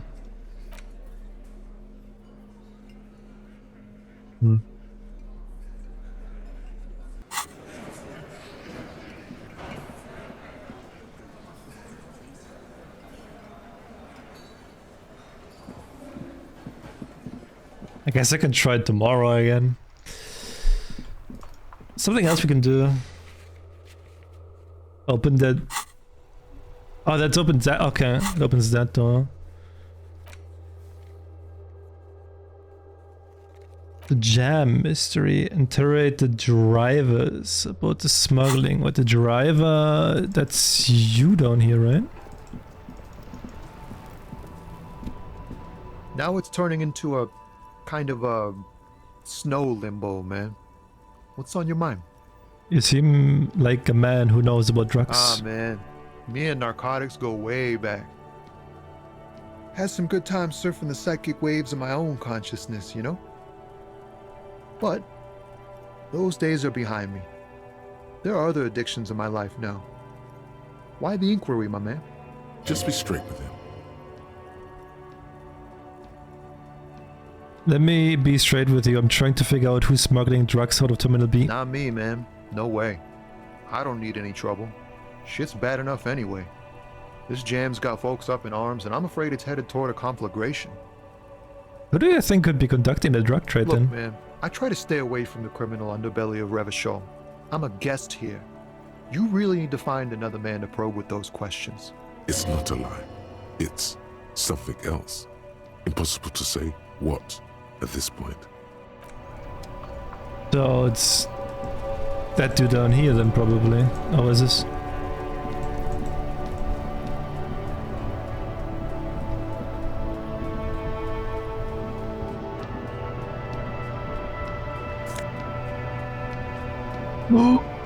Cigarettes!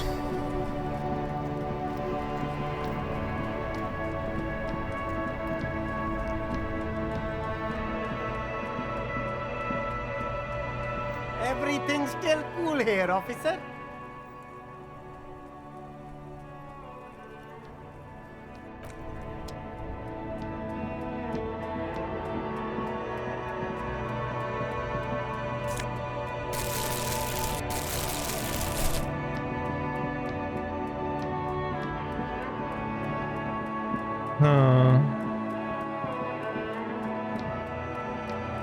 That gets open tomorrow.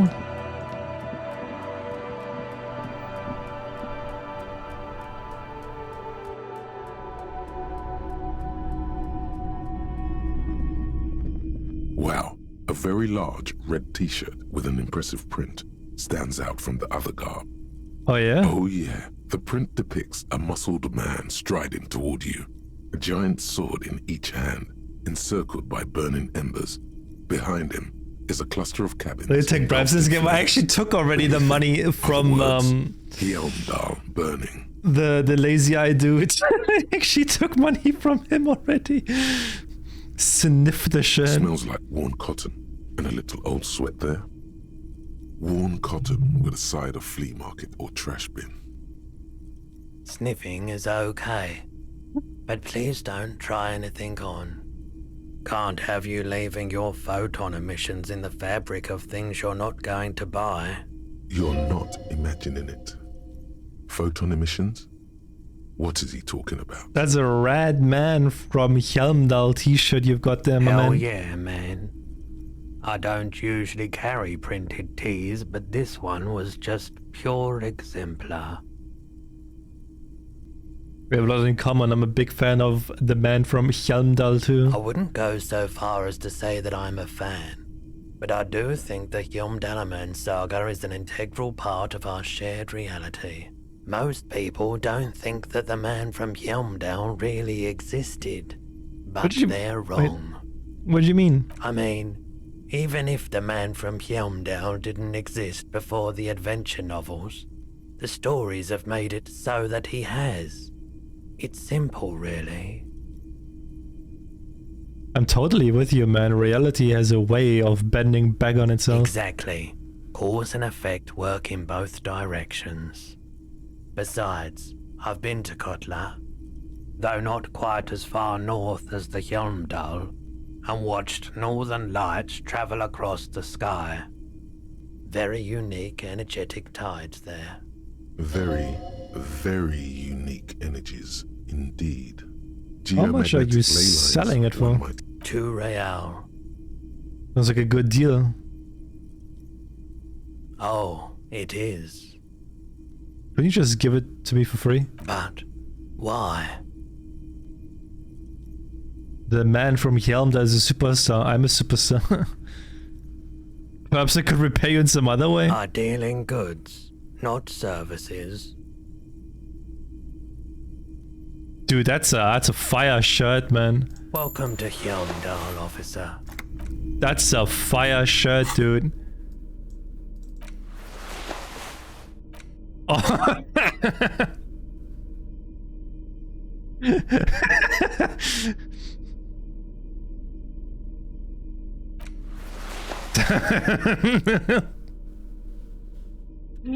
Oh my god.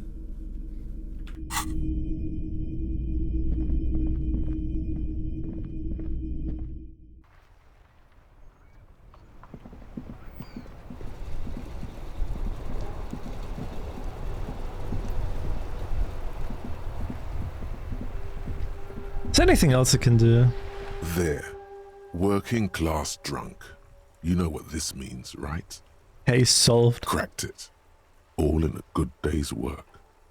Open and shut. I don't even need to think about this anymore. No. Wait, what did I crack exactly? What do you mean, what did I crack? Look at how working class that drunk is. It's your husband, the missing husband. Yes, and you found him. Now go and tell the working class woman. Protect and serve, recruit. Give me champagne, I'm going There's in. no need for champagne when there's honor, recruit. Go and tell the working class woman what you found.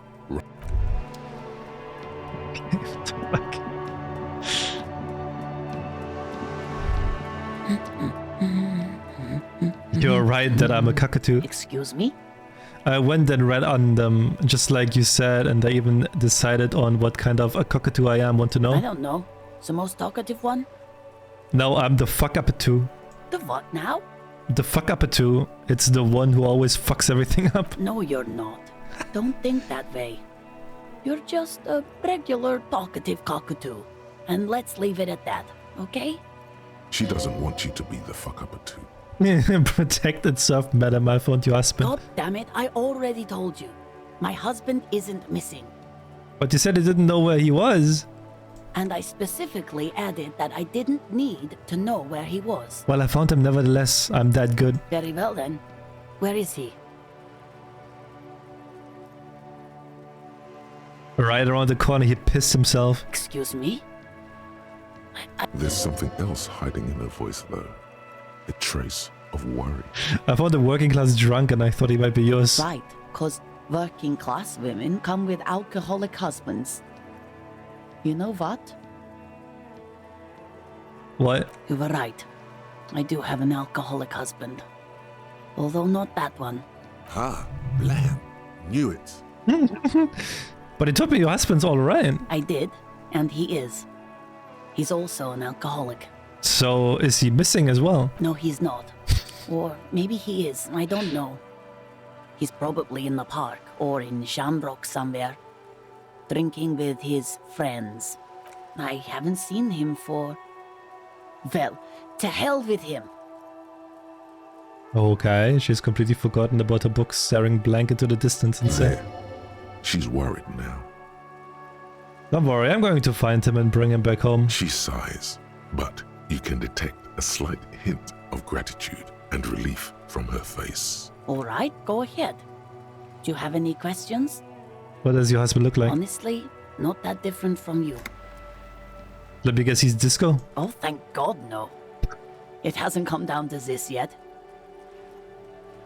Oh, why did you say that your husband resembles me then? Well, he's slightly chubby.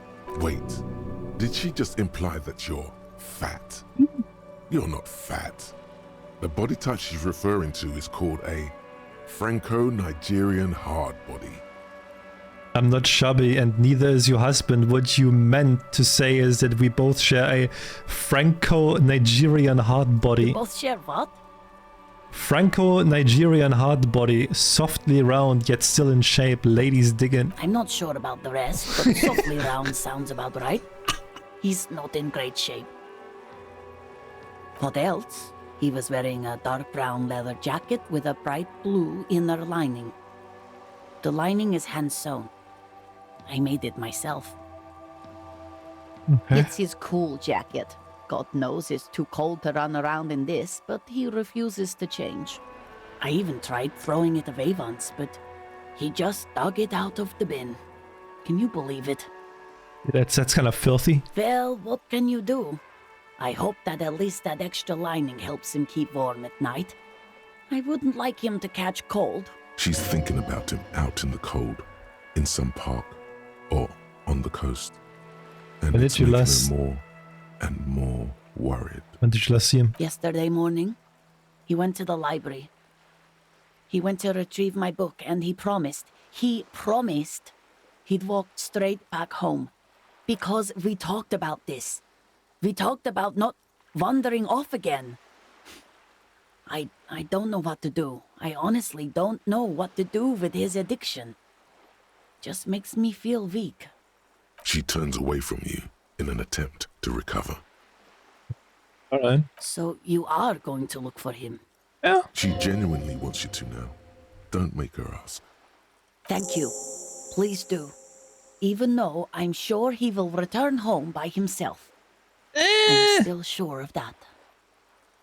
I don't know about that. She tries to maintain a brave front, even though her eyes reveal the opposite.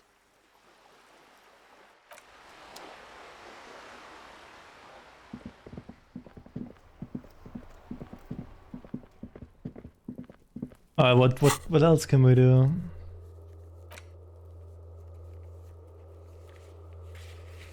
Find him and bring him home.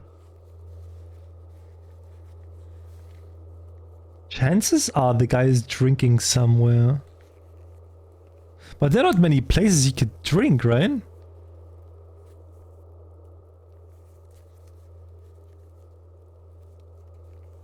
Technically, there's only the bar.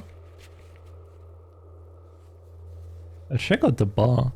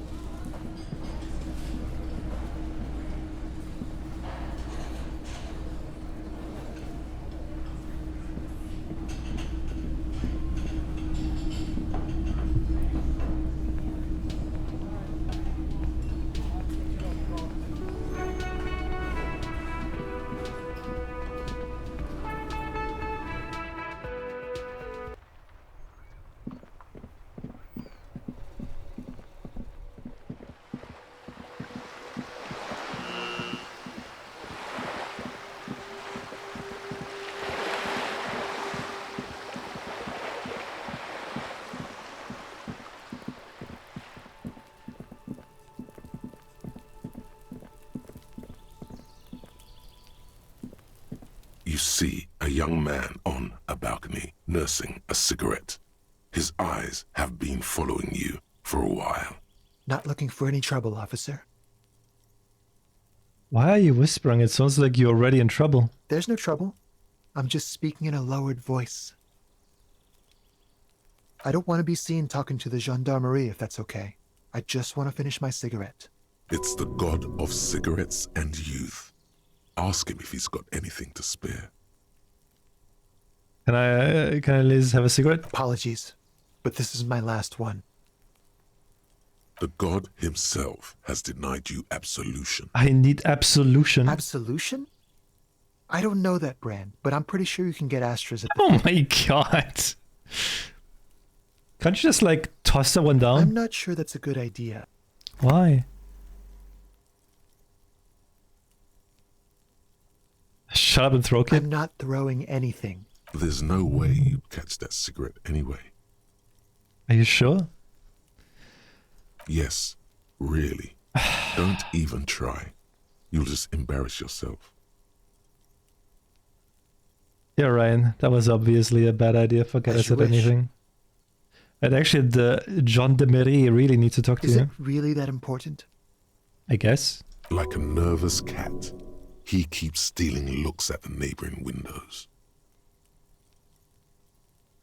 All right, but make it quick. Once I finish this cigarette, I have to run. Can you tell me your name? My name? My name is Martin Martinez. Martin Martinez? Good local name. Let's go with that. Looks like you've got a good view of the Whirling's backyard. Can you tell me anything about the hanging? I can tell that you finally got him down. Thank you. It was quite a disturbing sight, even by Martinez standards. What did you do last Sunday? Oh. You already asked me that, didn't you? Did I? No, not you. Some more muscular type. Was it from the police? I couldn't tell you. We don't usually see much of the gendarmerie around here. When was that? Last week? I don't know. Look. You still haven't answered my question. What were you doing last Sunday? I had a friend over. Oh, what kind of friend? It was my Sunday friend. A Sunday friend? How intriguing. What's your friend's real name? Did he see something? He doesn't reply, gesturing no with his cigarette. Under the dull and darkening sky, the neighboring windows stand silent. Someone hides behind a curtain. Those windows have eyes, and those eyes are watching, spying on you too. No. We won't. Now, if you'll excuse me, I really need to get going. Convince him to stay. This isn't the place or time for questions.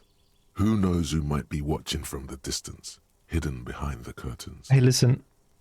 I am just trying to make things okay again. Can we meet again somewhere else? For a moment, the man on the balcony seems almost vulnerable. Something moves in the depths of his feline eyes. Compassion and a hint of understanding. There's snow gathering on his hair and on his shoulders. A speckle of white against the purple that hangs loose on his slender frame. I am sorry, but I really don't have the information you're looking for. But, hold on, what's that? For a split second, his hand lingers, as though gesturing towards a stone placed right next to the front door. It's a sign. Good luck with the investigation. Oh shit.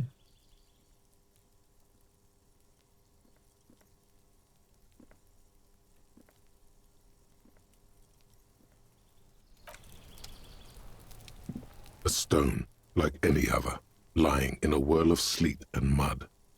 Maybe there's something under it. There's a key beneath it, rusty from the dirt. Oh boy.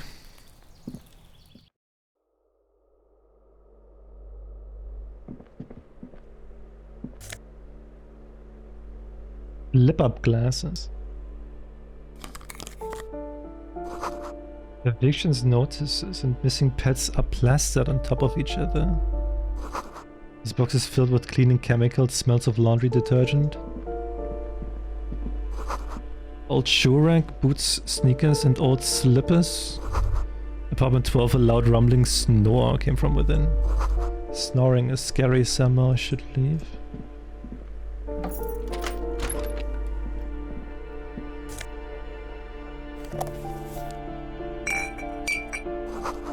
Moss crawls on those bathroom tiles, actual moss.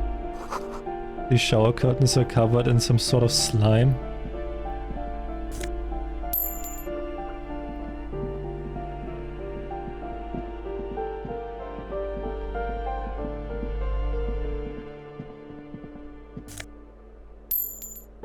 More money in those boots?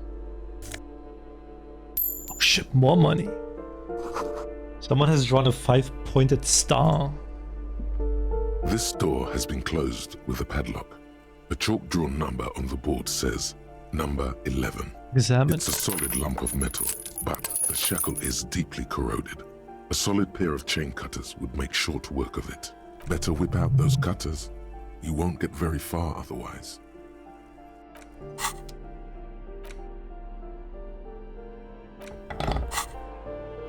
This door has been closed with a padlock. A chalk-drawn number on the board. What are you doing? You're trying to cut the body of the lock with the chain cutters, and it's really not working. Oh fucking, oh my god!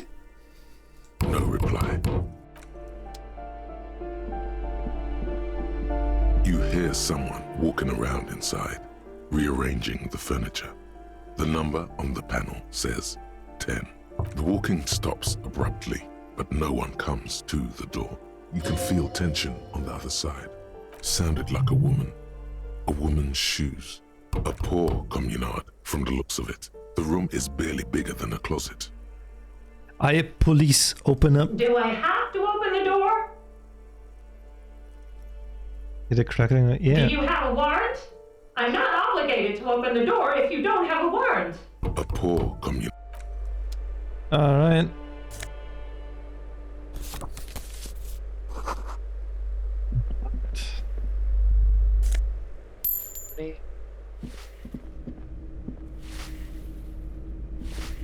Give me a moment.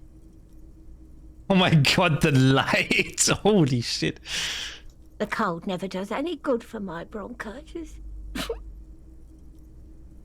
Are you alright? Should I call a doctor? I'm fine. Fine.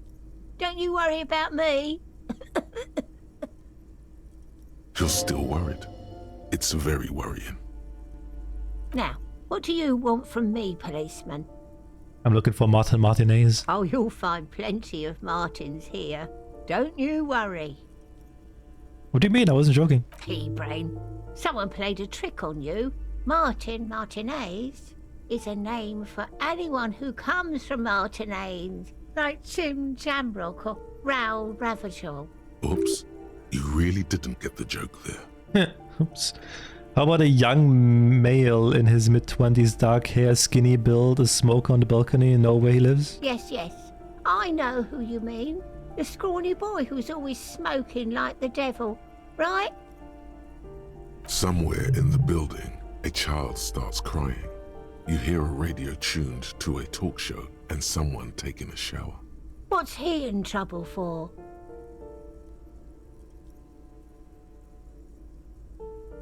He's wanted for murder. He's going away for life. Murder?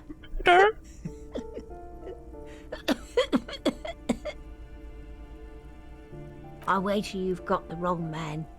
But even so, you're out of luck, policeman. I saw him leave the building just before you came in. Even so, I would like to talk to him. He lives upstairs in room 28. Go to the balcony. 28? It's one of those doors there. He's usually home in the evening. Who are you? I'm no one. Just an old woman who cleans these hallways. Do you live here? If you can call it living. I have a little room upstairs right next to the coal room. It's barely bigger than a closet, but I don't complain, no. I have my bed and my aching bones to keep me company, and that's all I need from this world. And all she gets, too. The coastal wind beats down hard on the coal room door outside. Splashes of waves make the balcony slippery. Where's the apartments? Ask away, policeman. There's an apartment 10. No one lives there. It's been empty for months. The flashlight, right? Impossible. I would know if someone had moved in there. Maybe it's those countercultural people again, breaking into a house like it's a public space. You're a policeman. Be good and take a look, will you? Sure. Great. Young people. They're worse than rats. You know, always littering the hallways with trinkets and empty beer cans. Just behind the padlock door. Oh, that one is a scientist. A future Will now be scholar. offered to the blood god. Blood for the blood god. Blood for the blood god. Blood for the blood god. Blood for the blood god. Blood for the blood god. Are you right? I think he studies astrology at the community college. Education's good. I always tell them to study. Astrology? Something to do with all those stars around his door. He asked me to leave his drawings up on the wall. Are you sure you don't mean astronomy? That's what I said. Astrology. Can you tell me about Cindy? The artiste. The artiste. Nothing I can do about her, I'm afraid. She ruins the walls faster than I can clean them. Still, she leaves an old lady to her business. She mumbles some. All rein.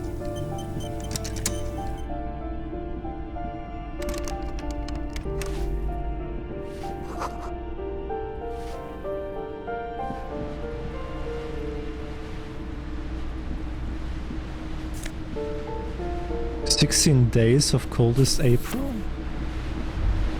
A shift in temperature. The air chills around you. Dust settles on the stony floor. Rub your sides for A warmth. former architect stands before a slice of window, a room plan in her hand. A cold wave has made the air in the building stand still and frozen, with temperatures falling down to -20 degrees Celsius. Her face is red from the cold. She's breathing on her fingers, clasping the plan. Traces of sadness are visible in her expression. The plan? Faint pencil lines on paper depict the same place, but a missing eastern wall connects the room with the neighboring apartment. Ideas for arranging the furniture have been jotted down. Around yourself? It's clean and empty, with new tapestry embellishing the walls. A standard HB graphite pencil has fallen off a three-legged stool in the middle of the room.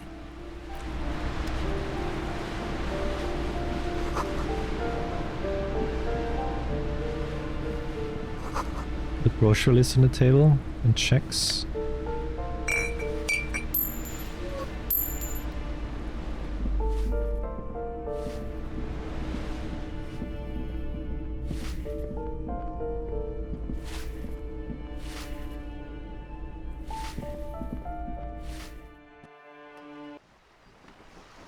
Oh, cool, we're here now. Oh?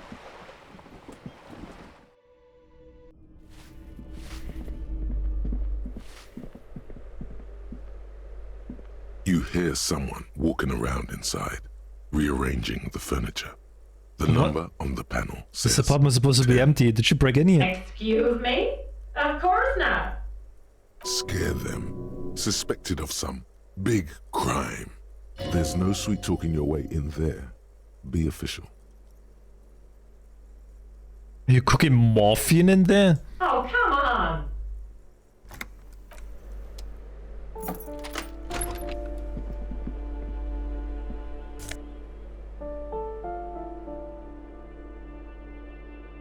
Plus 1 to indirect modes of taxation? What the fuck? Looks like fine mattress. Don't be ridiculous, you can hear it swarming with bugs. A blister pack of medicine peeks out of the box. You should take it.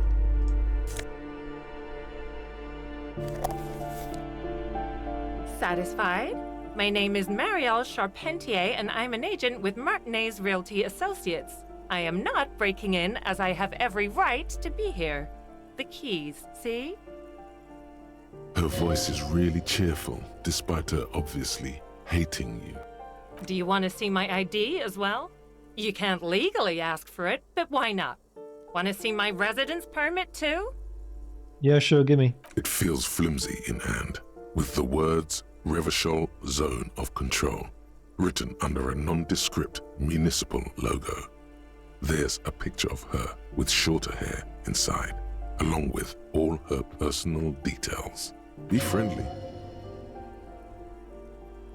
Nice haircut. Thank you. Do you have any questions? I need to be back in Midtown in an hour. What are you doing here? I need to get it ready for the next lease, but as you can see, the previous tenant completely trashed the place. It's like they knew how to have a good time. It was some kind of a moribund old man who used to be a business owner. You'd think they'd make rent. But that was months ago. Anyway, was there anything you wanted, or is that it? I'm in a hurry. Isn't it a bit late to be working? It is. Everyone says the real estate agents don't do anything. But here I am in the middle of the night cleaning up someone's crash pad. So, the sooner we get this over with, the better. We lived in a foreclosed apartment down the hallway. Oh, that's another huge mess. The former tenant owes us 3 months of rent. 3. We closed the apartment and planned on auctioning off the valuables, but... And again, I have no idea how stupid mistakes like this can even happen. But Ron, when he came to close the door, didn't close the neighboring door. And there's a hole in the wall. So preppy. She's probably on some low-grade performance enhancers, like peptide or pericanine. A hole in the wall. Can you believe it? And then the tenant ran off with his stuff. He's gone. The money's gone. Just like that. Oh, it irks her. The incompetence. My money has also disappeared, I think. Well, it does not disappear from my hands. No, I don't let it. It couldn't have been that much money. These apartments look pretty shabby. These apartments are perfectly fine. They have gorgeous architecture, a million-real view of the bay, good ventilation, neighbors, life, spark, and they are affordable. I'll tell you, Martinez has a future. In a few years, it's going to blossom with artists and creatives and those radio computer wizards. It's as if they're real wizards, able to resurrect dead real estate and breathe life into bank accounts. So what happened with the wall? Don't ask me what happened with the wall. Hey, I have Latu. no idea how we're going to find the time or resources to fix it. Both apartments are now unrentable. Both. Of course.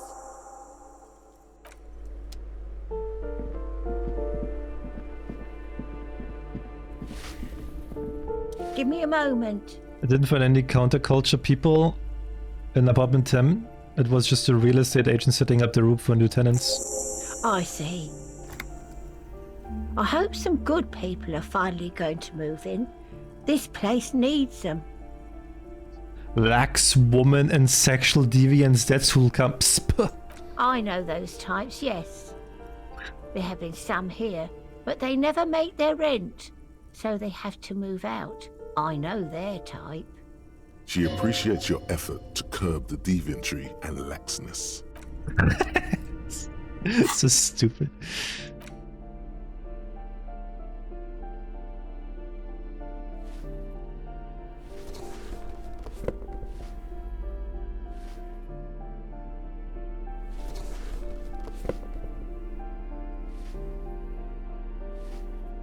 Well, authorities are already like -2. That is because of that shirt that I'm wearing.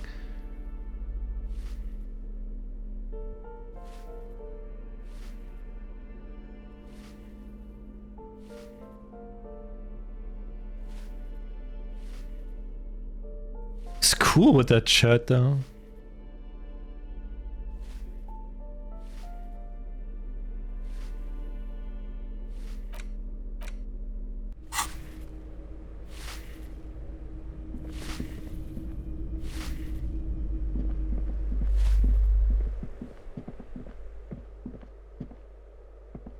This door has been closed.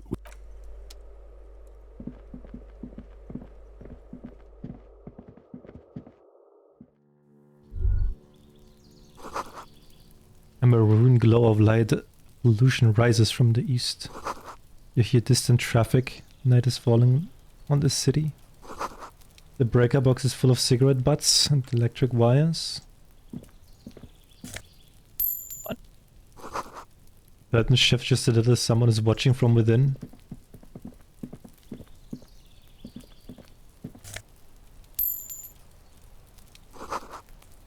Door.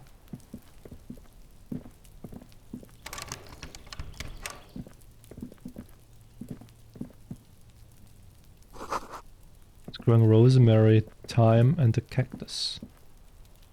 This door is made of metal and appears to be reinforced. Someone here really values their security. Number 28. This is where the cleaning lady said the smoker on the balcony lives. No one answers. Looks like he isn't home.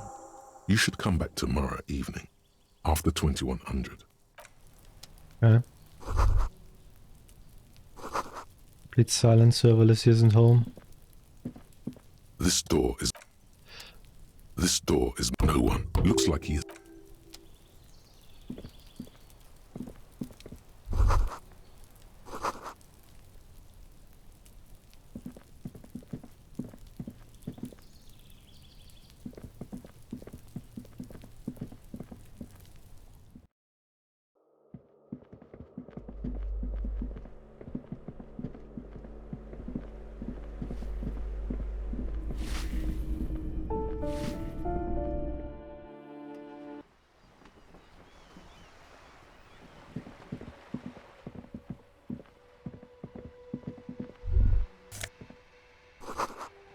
Buff tops, flap in the wind, forgotten hammers, and you should go sleep next to Kim. Kim is not even here anymore. It was locked. Kim is gone. Ooh, the piggies have learned how to saunter up staircases. I didn't think you could do that with hooves. But here you are. That's right, we have evolved. Yeah, I can see that. Cool mutations. Mutations. That smell coming from her paint bucket. It's not paint. It's heavy fuel oil. That heavy fuel oil? What did you think I was using? Aquarels?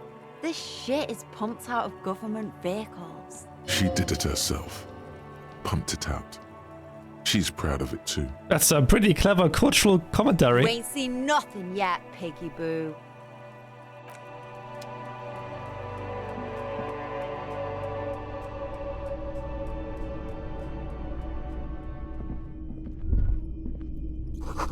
Hundred tiny feet, scurrying beneath the grate, the rats of this city. Or ooh. But do pants? Damn.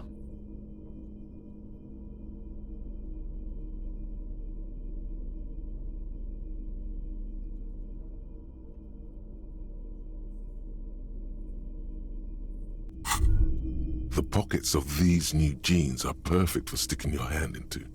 Makes you look cool, calm, and collected. As your hand enters the pocket, your fingers brush against something, soft, yet crinkly. Take the item out. Hey, it's a chewing gum wrapper. It reminds you of the fruity juice of apricots. You should inspect it closer if you have time. Something about the wrapper's texture is familiar. Not familiar in a good way, you might say. There's pain in there somewhere.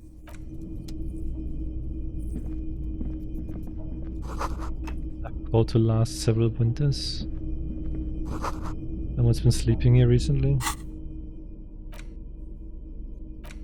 There it is again. The scent of apricots with a touch of cinnamon. Smells like the end of some distant summer. The surface of another planet. Or some ancient temple. Yeah, for an item inside an item. End of summer. The sun sets into the sea, but the water does not boil. Instead, it turns to liquid gold. For a moment, the world's store of precious metals seems to increase dramatically, and you are rich. There is a movement next to you, the shuffle of a small coat, warm like the evening. But when you turn toward it, there's nothing there. Where did it go? Why are you talking to a gum wrapper? Ancient temple? Yes, from the height of antiquity. A long, long time ago. Millennia ago. On an island of time you can never return to.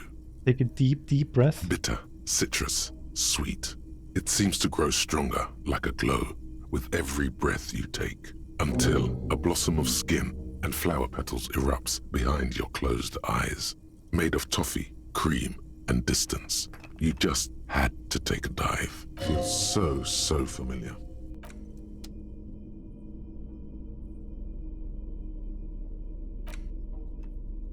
An intricate web of blue lines stretches across the torso of the hanged man, from the right shoulder to the solar plexus. Each time the lines intersect, a small white star is formed in their crossing. Hundreds of fading asterisks riddle his skin. Their concentration is highest around his heart. The pattern still kind of has an ethnic feel to it, but nothing familiar. Why? Gone. What's the meaning of this situation? For you to discover. You've gotten as far as you will without assistance. Someone close to the victim might know.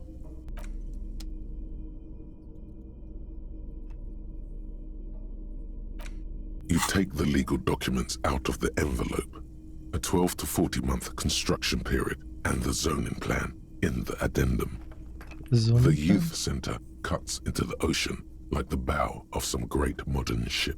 Apparently, it's going to cover most, if not all, of the street and the square between the existing houses. It's 70%. 3 stories tall. There is no loophole. The simple truth is, the current residents are going to lose their street access, and for the next 12 to 40 months, their lives will be dominated by constant construction noise right next door.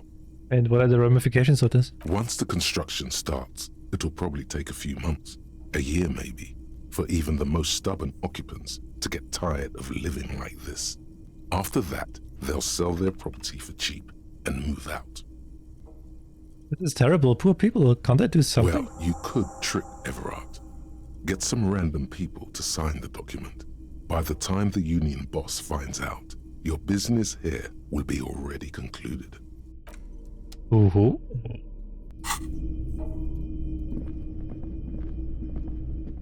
Maze, can you sign this? Hello again, officers. Is that bad in the call room yours? Ooh. Not only have you found my address, you've discovered my biggest secret. I'm a coal miner. She does have eyes that seem to be smeared with coal. Really, you're a miner? Yes. I keep hoping a shaft will collapse on me, but somehow it never happens. Do you have a real home? Does anyone in a city like this? If there's pain about any particular home she's lost, she's buried it deep. But the nicest place, what I guess we'll have to do. It doesn't have to do anything at all. Nothing does. Like me. Right now, I'm doing nothing at all. Cool. Shoot, Piggy.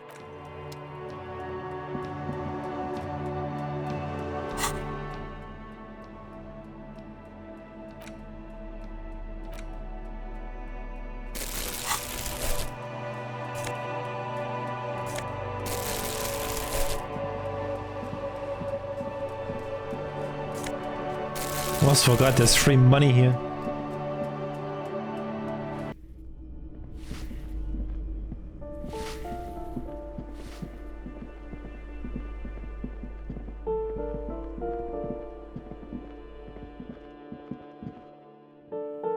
Oh no, wait.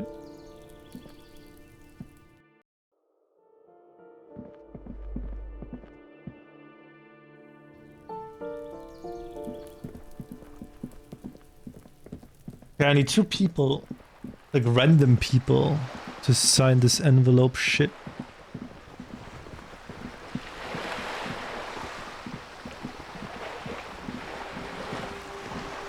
You're back. Good. What can I help you with? Spoke with a lorryman at the roundabout. On the contrary, officer. There are yet camioners you have not talked to. And don't look so surprised. In a time like this, it would be strange if Wild Pines didn't have eyes on the harbor. I suggest...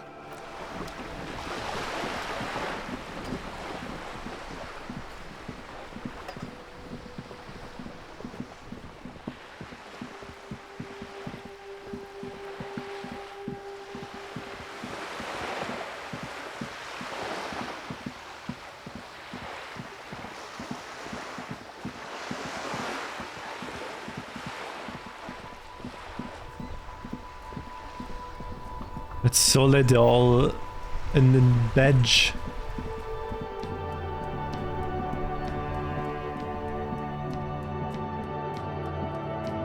An old call box with, you hear the same waiting. You ring the, just seeing the words, Andro Orlando. All you hear, you ring the, you wait. Looks like someone, silent, silent, nothing happens, silence. This button.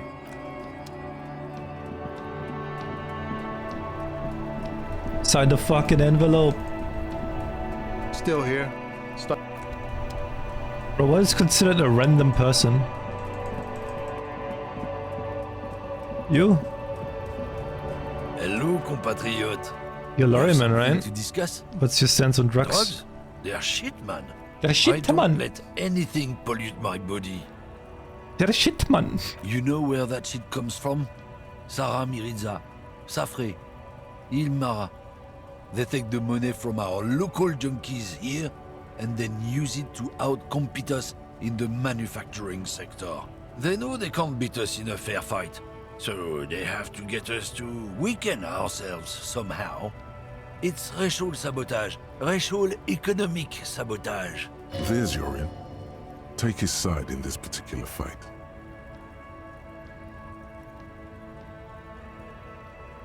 Listen, I agree. It's your responsibility to keep this poison off the streets of Rovacho, right? I'm gonna be straight with you since you're my kin. I don't know shit, and if I did, I wouldn't tell you. You're a cop. I'm not an idiot. Then what are you still hanging around here for? Most camioners have left. What do you think? I can't leave the lorry unguarded. Stuff's been getting looted lately. It's those little kips sneaking around at night. If they touch my stuff, the bosses will be on my ass like ass cancer. There was a bunch of spilled boxes in the back of a big lorry nearby. I did see one lorry with the trailer doors open on my way here. Do you know what happened? Yeah, I knew that guy. He was an honest driver who loved this country.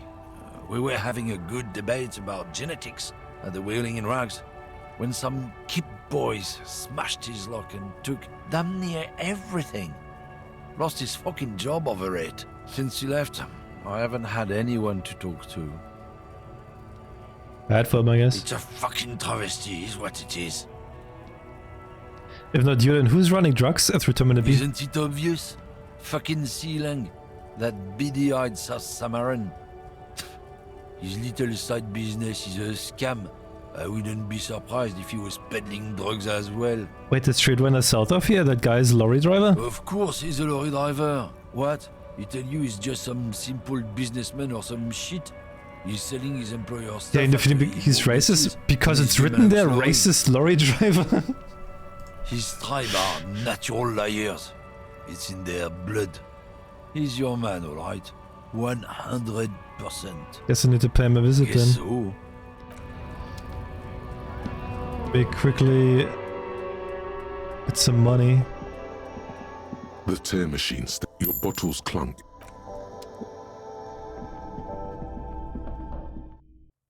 It's just gonna be fake news.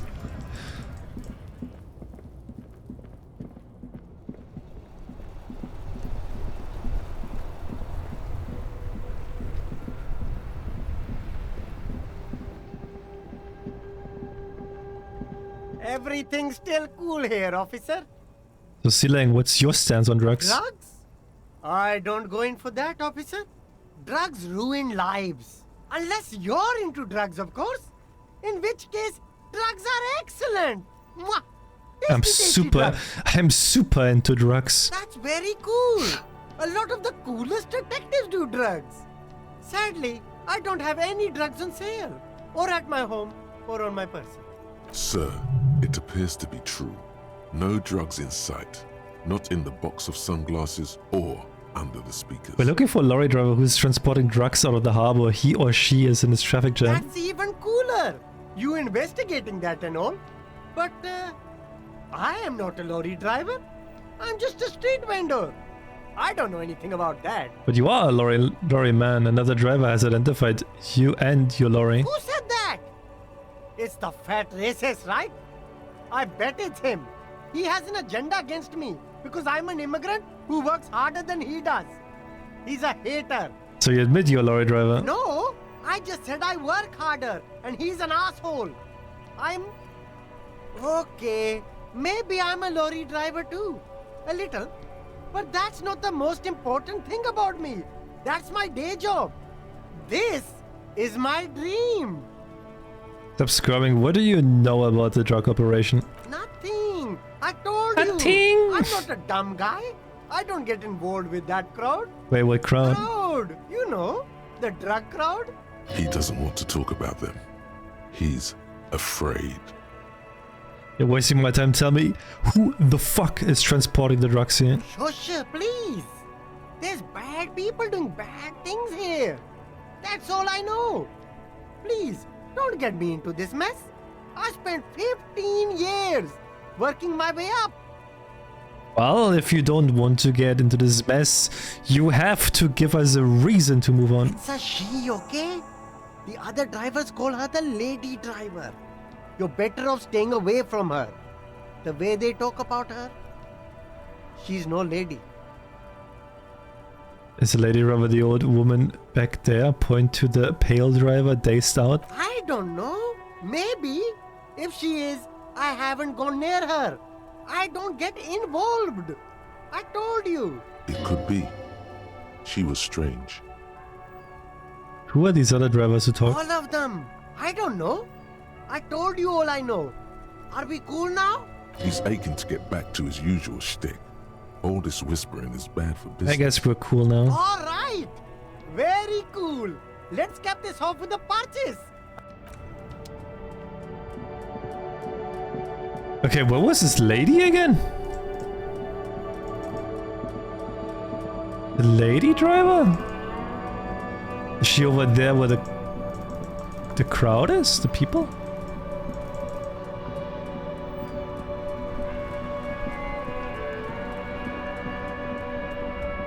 Oh no, wait, there was another woman here, wasn't there?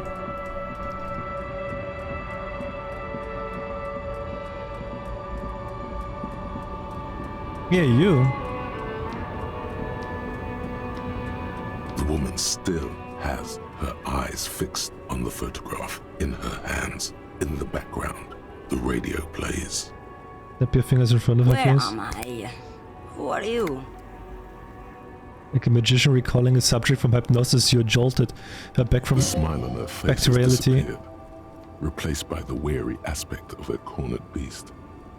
Me, I am the law around here. And I don't suppose you could tell me where we are, Lawman? Never mind. I remember now. I'm still stuck in that traffic jam in the 50s. Wait, what's it about the 50s? The men have small jaws and everything is made out of plastic. Why do you need plastic when you can make the world out of amber? Where else would you be then? Back in Methka, during the time of the revolution, the side walls and cafes are filled with young people. I was on my way to see a new Boyadero picture starring Gabriel Buendero. Until you came along, that is. Who is Gabriel Buendero? This is Gabriel Buendero. He shows you the photograph in the lavish amber frame. A strikingly handsome man looks straight at you, his head crowned with a wide brim hat.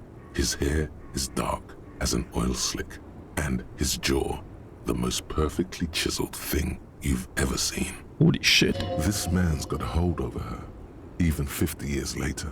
You can feel it. He was the biggest star of his day. Girls used to faint in the aisles of cinema whenever he came on the screen. And schoolboys used to memorize all his lines. So I take it you were in mask when you were young? Someone was. Someone? Are those not your memories? They are someone's memories, boy. What difference does it make if it's me or not? They're beautiful. That is all that matters. Beautiful and true. And they will win. They're coming for this, you know? All of this. She seems to derive some bitter pleasure from this strange thought, as if the past will one day wipe the present away, like a tidal wave approaching. Sorry to interrupt you, dreaming man. I wasn't dreaming. I was there, Lawman. It was early spring, and the man behind the black sun had just come out. The posters were 20 meters tall. Everything was golden. While you, people, were tearing each other apart over your petty little revolution, in Methk, it was a golden age. Some questions. Why not, Harife? It's not like I have anything better to do in this hellhole. Alright, are you the lady driver? Did you just call me a lady, Harife? She clearly doesn't think she's a lady. Don't repeat it. I was sort of a woman driver. You are the only woman here. I'm not that either, Harife. I've gone too far from it all to remember what was between my legs. It doesn't work like that on the long haul. Hey, applause. So you're not the driver everyone is terrified I'm of? only terrifying to small children and to those who used to know me. Why are you scary to the people who used to know you? Because they can no longer recognize the person I once was. You said long haul, that's... The big ones, the trucks. There's no women and men there, it's all just... In the middle of this town, there's a ghostly motorway. It takes all the people where they want to stay. Okay. You feel very cold suddenly, as if standing face to face with a terrifying adversary. Then the doing feeling well. dissipates, Doing well. and all you see is an aging woman. Then who is this female driver I was told of? How should I know? I don't know. Do I look like I spend a lot of time with the other communers sniffing around when I have my movies to go to? Okay. Oh, Sim. Something in her is pulling towards some unknown rest state. She twitches, like a sleep kick. What are you hauling? Diamonds. Diamonds, really? Of course not. But wouldn't it be marvelous if I was? Check DMs. What are you sending me in DMs? God damn! I don't know how to respond to that. Oh my god.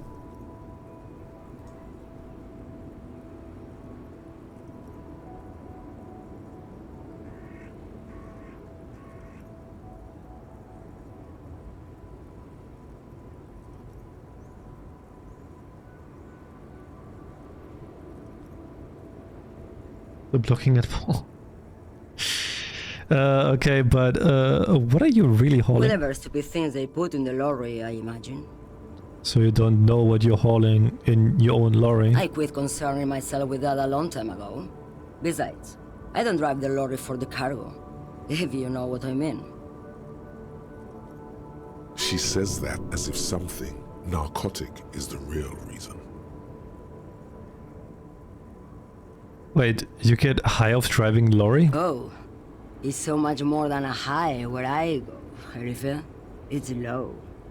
I go to the bottom. Yeah, it's definitely some kick. Some terrible kick in the dark. A sleep kick. Perhaps you can find out later. What if the cargo is contraband? Then it's contraband, Lawman. What? Do you want to take an old woman in? Be my guest. Lock me away like Bad Hand Hermenegildo. I still don't really understand this whole boyadero thing. Of course not. To truly understand the boyadero, you need to listen to On the Western Plain. Okay, It's what's an that? old ballad about a young girl who falls in love with a daring boyadero. He promises to marry her as soon as he returns from the Western Plain. You see that doesn't happen? Of course not. The boyadero returns from the Western Plain a changed man. One night, as he and his beloved are out walking along the river Maigret, she pleads with him to give up his riding and settle down. I think I see where this is going. So the boyadero strangles his beloved and throws her body in the Maigret. Then he rides off, because the Western Plain is calling to him. Beautiful song. The most beautiful. A true boyadero needs a whole horizon to himself. He can be tied down by man or woman. His beloved was selfish. She didn't know what it meant to love a boyadero. What if to truly love a boyadero is to float lifeless downstream? Before I came here, you seemed What do you away. mean? You went in dreamland inactive. Tuned off. Yes? What about it? Should you drive a lorry if you get like that? Oh, don't worry about me. I'm one of the best camioners around. I drive routes no one else will. What routes? Lomonosov's Land, Udajnaya Zemlya, the Western Plain. Okay. A terrible cold comes over her, rattling her teeth as she stares inward. The Transcatolia Magistral. You for 1A. Adestradas do Mirador. All the good ones. The deep trenches. Where the bluebirds fly. No, you don't. Otavi's already doing that. I'm sick of it. I'm something of an expert in blacking out. You should take better care of yourself. You're right, Lowman. I'm the one who should take my health more seriously. Thank you for looking out for me. A correct appraisal. You're quite shabby. Is that all you woke me up to say? You seem like a woman who knows a thing or two about drugs. What do I need drugs for, Lowman? What I see, what I feel, the great adversary. The adversary? Yes. There is a protagonista and an adversario. I am on the side of the adversary. There's no coming back from that. Do you mean I ignore DMs? I don't like the sound of any of that. Sounds like a horrible drug. The worst one of them all. That's not really what I was getting Then at. what were you getting at? What is this you're holding exactly? Lowman, what of it? Okay, let me put it this way. Are you smuggling drugs through Terminal B? Maybe. Probably not. Is it Makes early? no You don't difference to know me. what cargo you're hauling. Could it be drugs? Just this month, I made half a dozen trips from Saramiriza to Grad on the U41A. What do you think they take from Saramiriza to Grad, Lowman? Drugs? No, Lowman. Diamonds. Damn this. Make her answer. If you... I didn't ask you about diamonds, did I? I don't care about that. Diamonds are good for you, Lowman. You should try them sometime. If Make yourself pretty like Eva de Zoras. you had to guess, who do you think is smuggling drugs around here? Easy. Is the skinny man who thinks he's a poet. Never trust a poet. Also, he's the only one I can see from here. Are you making fun of me right now? You better start complying. I would never make fun of a real lawman, Herife. Okay, if you're not involved with the drug trafficking, then why are you still waiting Where here? do you want me to go? This isn't so bad. I can listen to music, or the seagulls. Look at all the colors and the features of this world. It's a good palate cleanser, this jamboree. Or I can just relax and let my mind carry me back where it will. To the... Yes, go. Hey, guy.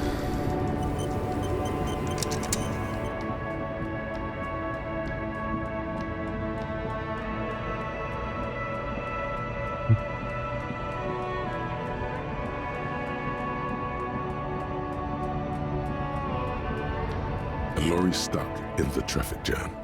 This big...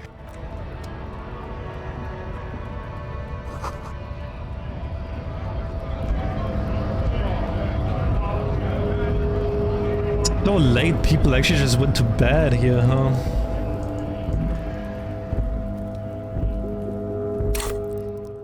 Got like 3 skill points.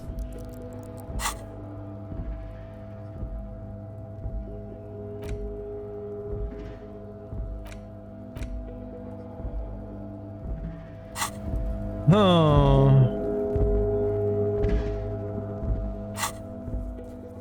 I don't think there's much I can do here.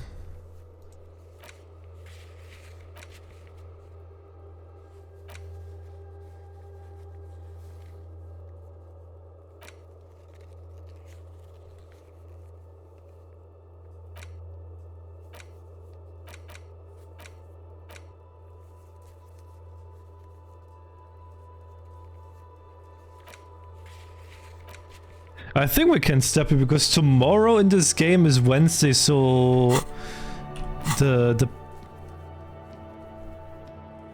part down here opens up.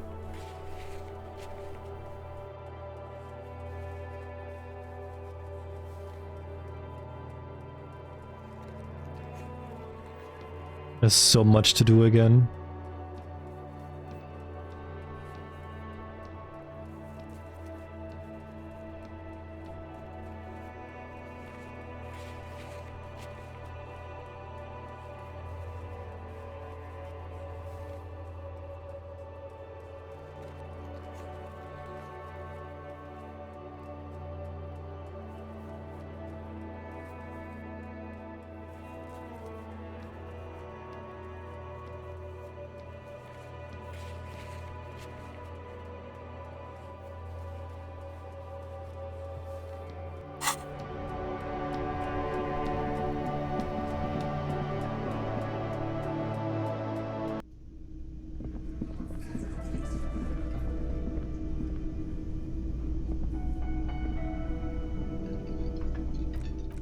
Right, safe yet.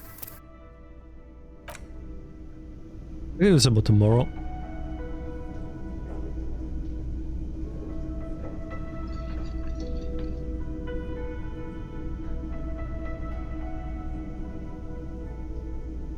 I also need to see that I do like this check again. Again, you find yourself looking at that big old window. I need like to put a skill point into perception.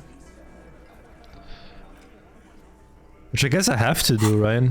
Like I'm not getting around that. I guess I actually have to put a skill point into perception now, right?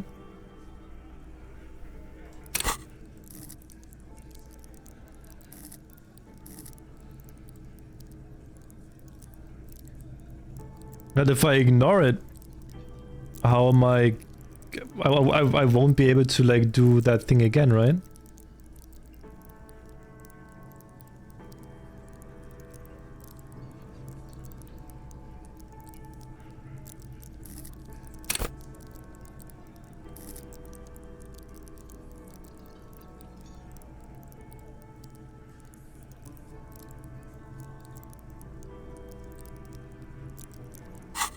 This was next time.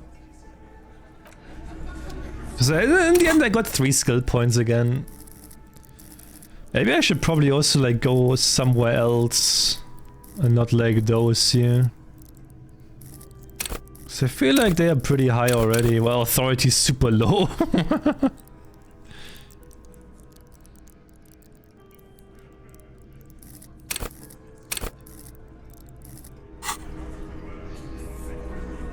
Alright. Nice, nice.